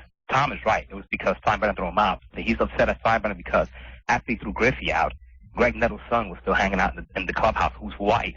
Oh, he's a white guy, so it's a racial thing. It was a race, exactly. And that's why you hear him so pissed off. I hate Steinbrenner. Oh. And I hate the Yankees. Ooh. Because, it's a racial thing.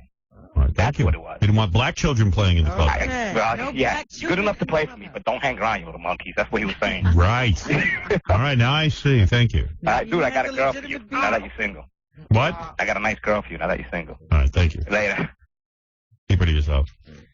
They haven't been able to do very much with the recovery mission out there in the ocean off Nantucket for Egypt Air Flight 990 since it crashed because the weather's been bad. But they're saying that the weather off the coast is improving and they hope to get back up there very soon. Yesterday, I understand some of the family members walked out of a briefing because they don't feel that the rescue effort that's being conducted is enough.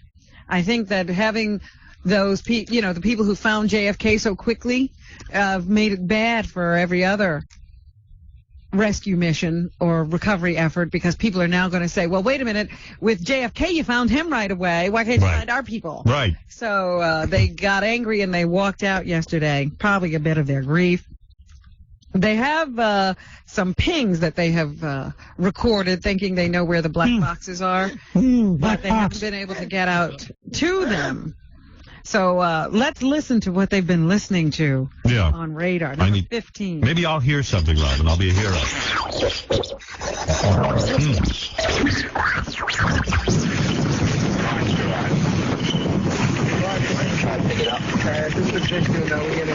You hear anything? Sounds like a cricket. So now all they have to do is go find that. Easier said than done. Here is the Navy Admiral William Sutton, who says he's not taking any chances with his crew. He wants to accomplish this mission, but not at the cost of more lives. Right. We shouldn't risk lives for dead bodies. My number one concern here, and I have explained this to all of the sailors involved, is the safety of these young men and women who are going to be out on scene conducting this incredibly dangerous event. All right. So there, he's not going to send people out there just because the family members would like the bodies of their loved ones brought up quickly. Mm-hmm. To be safe, too. Out in Seattle, they are still looking for this guy who went in and shot up Little Pete's the other day, which is a boat repair operation. They can't find the guy. From what I understand, it's a shipyard business. Here is the police chief, Norm Stamper. He says as more time passes, the murderer will be harder and harder to find, and it'll be harder to conduct an investigation. Number 17. All right. With each passing hour, the scene itself grows colder and colder, and clues and tips and so forth may be more difficult as time goes by to investigate. I know that.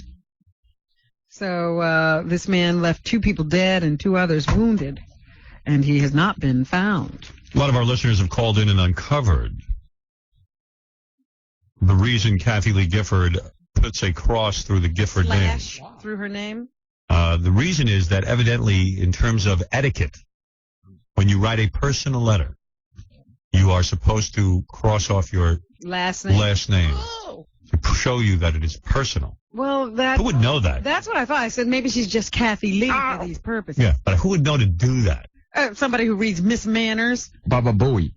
Jackie, you read Miss Manners. Yeah, skip that chapter. Can you imagine she's so proper she knows that? Yeah. Who the hell? Do you have Robin Quivers stationery? I do. You know? Yes. Because I don't feel you. Not Quivers, just Ophelia. Just Ophelia. Yes. Does it say Robin Ophelia Quivers? Yeah, probably. Depends on the mode I was in when I ordered. I don't often look at it. No. I remember when you tried to get everyone to call you Ophelia. Yeah. That lasted a day. No, I wanted to be Robin Ophelia. Kathy Lee, Robin Ophelia. Right. Because everybody was Kathy Lee Gifford, this and that. You know, everybody was 3 names. I'll feel you. Oh, yeah. Out in Pleasant View, Utah, some girls were thrown out of school because they refused to stop kissing each other in the hall. Here is the high school principal. His name is Doug Oborn. This poor guy probably got to work. He goes, Principal, there are girls kissing each other in the hall, and they refuse to stop and say, oh, God. Please. Oborn says the girls were told to stop, and they refused. And he was asked if the school does the same for straight couples who were found kissing in the hall. I believe they would. We do. And we have. The difference here is that no one else has challenged this. Once we've asked them, they've stopped. So he's saying these girls got kicked out because they refused to stop. The others have always left the hall and gone their separate ways. If I was the principal, I'd be like, you have 3 hours to stop. Now, let me see what's going on here. Come to detention. Why don't you come into my office and do that in private? See, then you'd still be in trouble. Well, I'd see a little lesbianic show. Jesse Ventura, the governor of Minnesota, is still in Tokyo. They say he's over there showcasing Minnesota's food products during his trade and business mission. So here is Jesse over in Japan. I am Jesse the tourism governor. Why? Because I'm so proud of the state that I'm born in and grew up in, Minnesota. I'm its biggest salesman. The reason there's so much tape on him, he's so retarded sounding that it's funny. I can't believe he's the governor. It's like a nitwit running the, And he's attracted a lot of Japanese fans during his trade show or visit. Number 14. Number 14. I'm here to do business, and I'm meeting with the people here in Japan that I think can expand business opportunities for the state of Minnesota. And I don't get involved in all that type of, call it hoopla or whatever you want to call it. So he's ignoring the fans and trying to do business. Right. He just announced a pork agreement with Japan. I'd like to announce a pork agreement with you, Robin. Yeah. You know how yesterday you were talking about the embarrassment? Do you agree to pork me or not? I think that we should negotiate, and I don't want to do it on the air. Right, not in front of the fans. Now or shall we shag later? Confucius say, wrestler may crappy governor. Yesterday we were talking about those calls that are very difficult to handle when somebody calls you and says someone is very ill or dying, and would you visit them? Hello! Yeah, we just don't pick up. The Backstreet Boys are now defending themselves against reports that have them not visiting a little girl with leukemia. The boys have issued a statement saying they're committed to their fans and try to meet as many as possible. They say their schedule just doesn't allow time to visit every person, and they couldn't fit in a visit to this 5-year-old girl in suburban Detroit. It's understandable. I'm sure they get letters like that every day. The girl had asked the Rainbow Connection, a group that grants wishes to seriously ill children, if she could meet the Backstreet Boys. When her wish didn't come through, local media picked up on it, and the Backstreet Boys have been beaten up in the press. Oh, my Lord, We're too busy meeting with little boys to meet with little girls. We have a whole schedule. They point out that they were recently honored by a similar group, the Make-A-Wish Foundation, Thank you, as the 1999 Celebrity Wish Granters of the Year. So they have done a lot of this stuff. They just couldn't do this one. That'd be cool if the Backstreet Boys were gay and would only meet with little boys, dying little boys, and not dying little girls. That would be good. I have to write a sketch. Yeah. Well, a really tasteless sketch.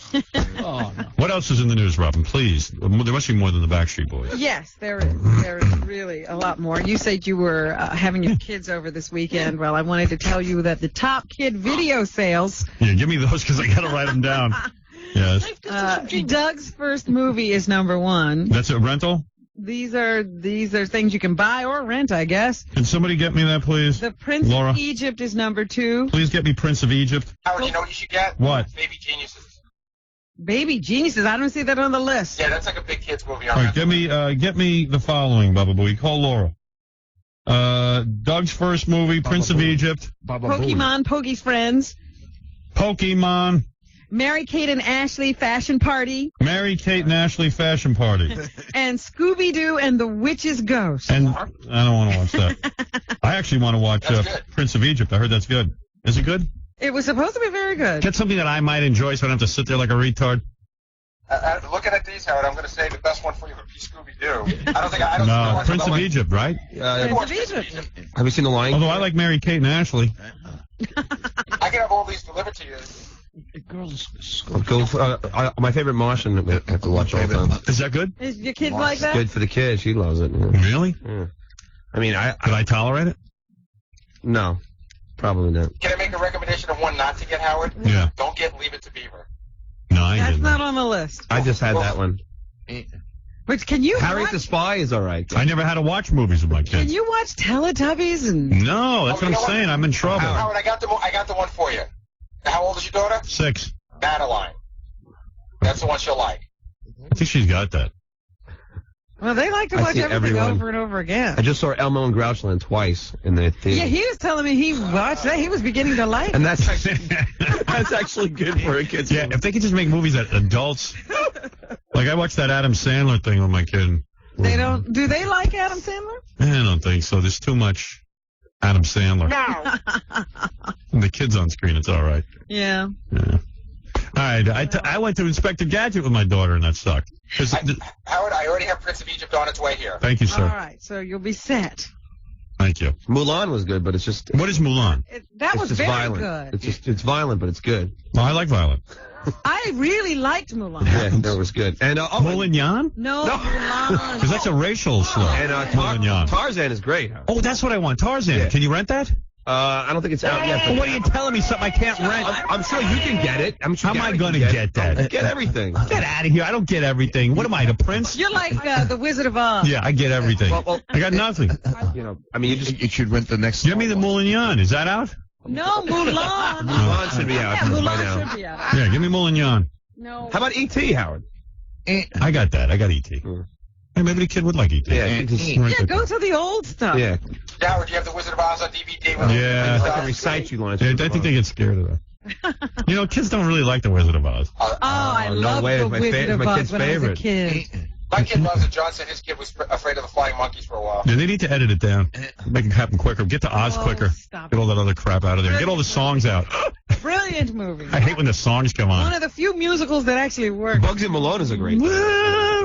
Counting that stupid movie. Bugsy That was Malone. All right, let's end the show. Come on, John. Get out of here. Sinead O'Connor failed to live up to her vow of celibacy. Remember Sinead became Yes, a priest and yes, she was I do. supposed to be celibate? Yes. It lasted 3 months. Yeah, well, that's pretty good. She says, I meant well by doing the celibacy thing, but it doesn't work for me because I need love and affection and that kind of thing. The Wizard of Oz is an hour too long. So she's planning now to leave the church where she was known as Mother Bernadette Mary. She just couldn't do it. And one of those Spice Girls that left, Jerry Halliwell, she's the only Spice Girl that left. I read this story and I got pissed. Yeah, it's that DJ. Chris Evans, who rips me off in England. Yeah, He's a Howard Stern imitator. With him. Yeah, the Spice Girl is with the DJ who rips me off, the Howard Stern imitator. But that's that fat chick who left the Spice Girls, Well, the porn star. he still shouldn't be getting her. Wasn't she a stripper or something? She was like a nude model before she Yeah, but he should have been getting one of the Spice Girls. was found by the Spice people. How come a Howard Stern imitator gets a Spice Girl? And Howard Stern does it. Yeah, I have no Spice Girl. They say, I'm watching Elmo. In Groucho. Can't you get Can't you get that Mulan? Bugsy Mulan. Mulan. It's a donkey movie. Stop it. It's about a Chinese girl. A chink. Yeah. Poor little. There's a lot of yellow ink in that. Anyway, Chris Evans, your nemesis. My nemesis. I don't even know. I went over there. I did his show. Yeah, I I was know. promoting my movie. But that was before he got wild. And he owns the radio stations. He met you and got wild. Yeah. Correct. Kirk Douglas is looking forward to his big event, according to Cindy Adams. And what is that big event? His bar mitzvah. His bar mitzvah. Who's this, Kirk Douglas? Kirk Douglas, 70 years old. Didn't he have a stroke? Actually, he's 83. 70 years ago, I guess he went through a bar mitzvah, and now he wants another one. I can't wait to hear his Haftorah.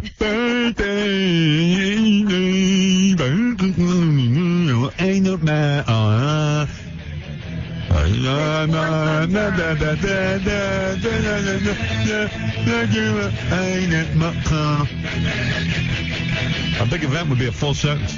What's he doing getting bar mitzvah? I just want to see him put the yarmulke on his head. Oh, he didn't have one 70 years ago, so that's why. All these guys, a lot of women are doing that. They never got to have bat mitzvahs. So like these out there cockers, like 45 years old, Reason to have a big to-do about yourself. about themselves. Makes me sick. Grow up, people. Al Pacino's movie called The Insiders is getting 3 and 4 stars in the papers today from Yeah. the critics. Here's Al on playing a person dealing with an ethical dilemma. And the wonderful thing about playing these roles, the opportunity to play them, is you get to see what it is like then to go up against this kind of stuff. What it's like to suddenly be thrown into this kind of a world where the stakes are as high, and you're dealing with this kind of Well, he's really into it, man. He really thinks out these parts. Number 10 is Al Pacino, who says it's understandable that the people behind 60 Minutes are critical of this movie. I think it's natural that that's what happens when you're the, it's like something that's like a mosaic, and then... None of these actors can speak coherently. Please. As brilliant an actor as he is, it's terrible to listen to him. He should keep his mouth shut.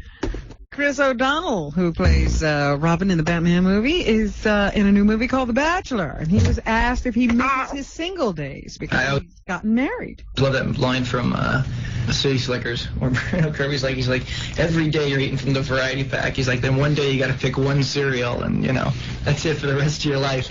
And I used to, kid about that when I was a single guy and thinking, oh, I'm not getting married till I'm, 35. But you meet the right girl, it's that was it.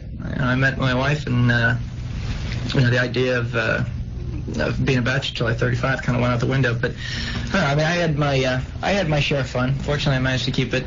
I like guys who say, I had my share of fun. In other words, there's a share. Yeah, like they gave up their fun to get married. Like if you're thinking, you're only supposed to have so much. Yeah. Then 5 years into it, they're like, wait a second, I guess I didn't get my full share of fun. Wait a minute, I'm missing my fun. You know what the great thing about fun is? You never want it to end. Share of fun. I'm done eating. Yeah. I had my share of fun. Wow. You know, I said that when I got married. I was 19. I'd screwed around for 2 years, 3 years. Yeah. I had my share of fun. For that week. Get this guy out of here. Creep. Instead of misleading everyone. He's like you, young and naive. Big dummy. And what was it like for Chris working with Mariah Carey, who made this film with him? Number 11. All right, number 11. I mean, Mariah Carey. I wanted a bagger, but I had my share of fun. TV and her videos, and hear on the radio every day, and she's the kind of person that they become. The funny thing about fun is you never get your share of it. There's never enough. Why should there be a share of fun? And imagine you talk about a woman like that. Well, I had my share of fun. Now I'm into this. Shut up, you prick. Right. Yeah, like marriage is no fun. I had my share of fun. Hey, now I'm in hell. Enough freedom, lock me up. Yeah. I had my share of fun. I met my wife, and that was it. Fun was over. Yeah, fun out the door. Yeah, now it's time to get rid of all that fun. Time for the crappy part of life. All right. Okay. Listen, I don't want to hear this guy because he'll throw us all off. You were okay until you heard him. You know who's married? Jackie and Fred. Yeah. Teacher. Denzel Washington is in a new movie called The Bone Collector. Yes, The Bone Collector. Now, they could have written that about you, Robin. Yes. You got a few bones stored up. I haven't had my share of fun. No, you haven't. Fun at my cuts.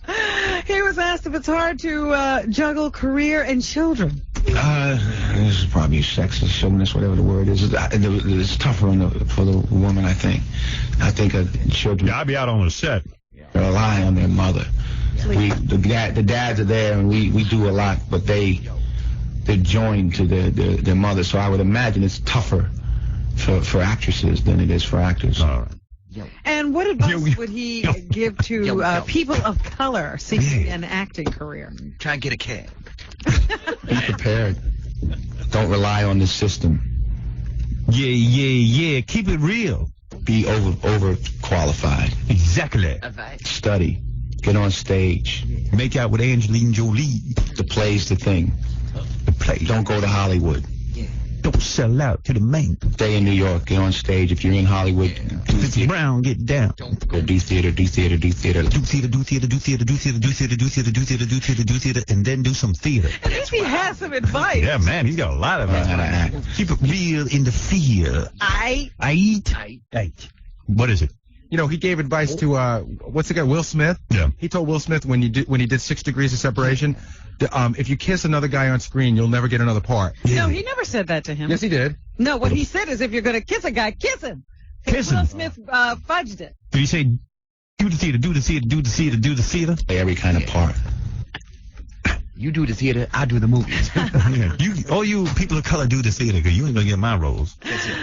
And what else is going on here? Whoopi Goldberg is in that miniseries Leprechauns that is not getting good reviews, even though I was looking forward to seeing it. I haven't. The Magical Legend of Leprechauns. I haven't watched it. It's coming on this Sunday, Howard. Leprechaunus.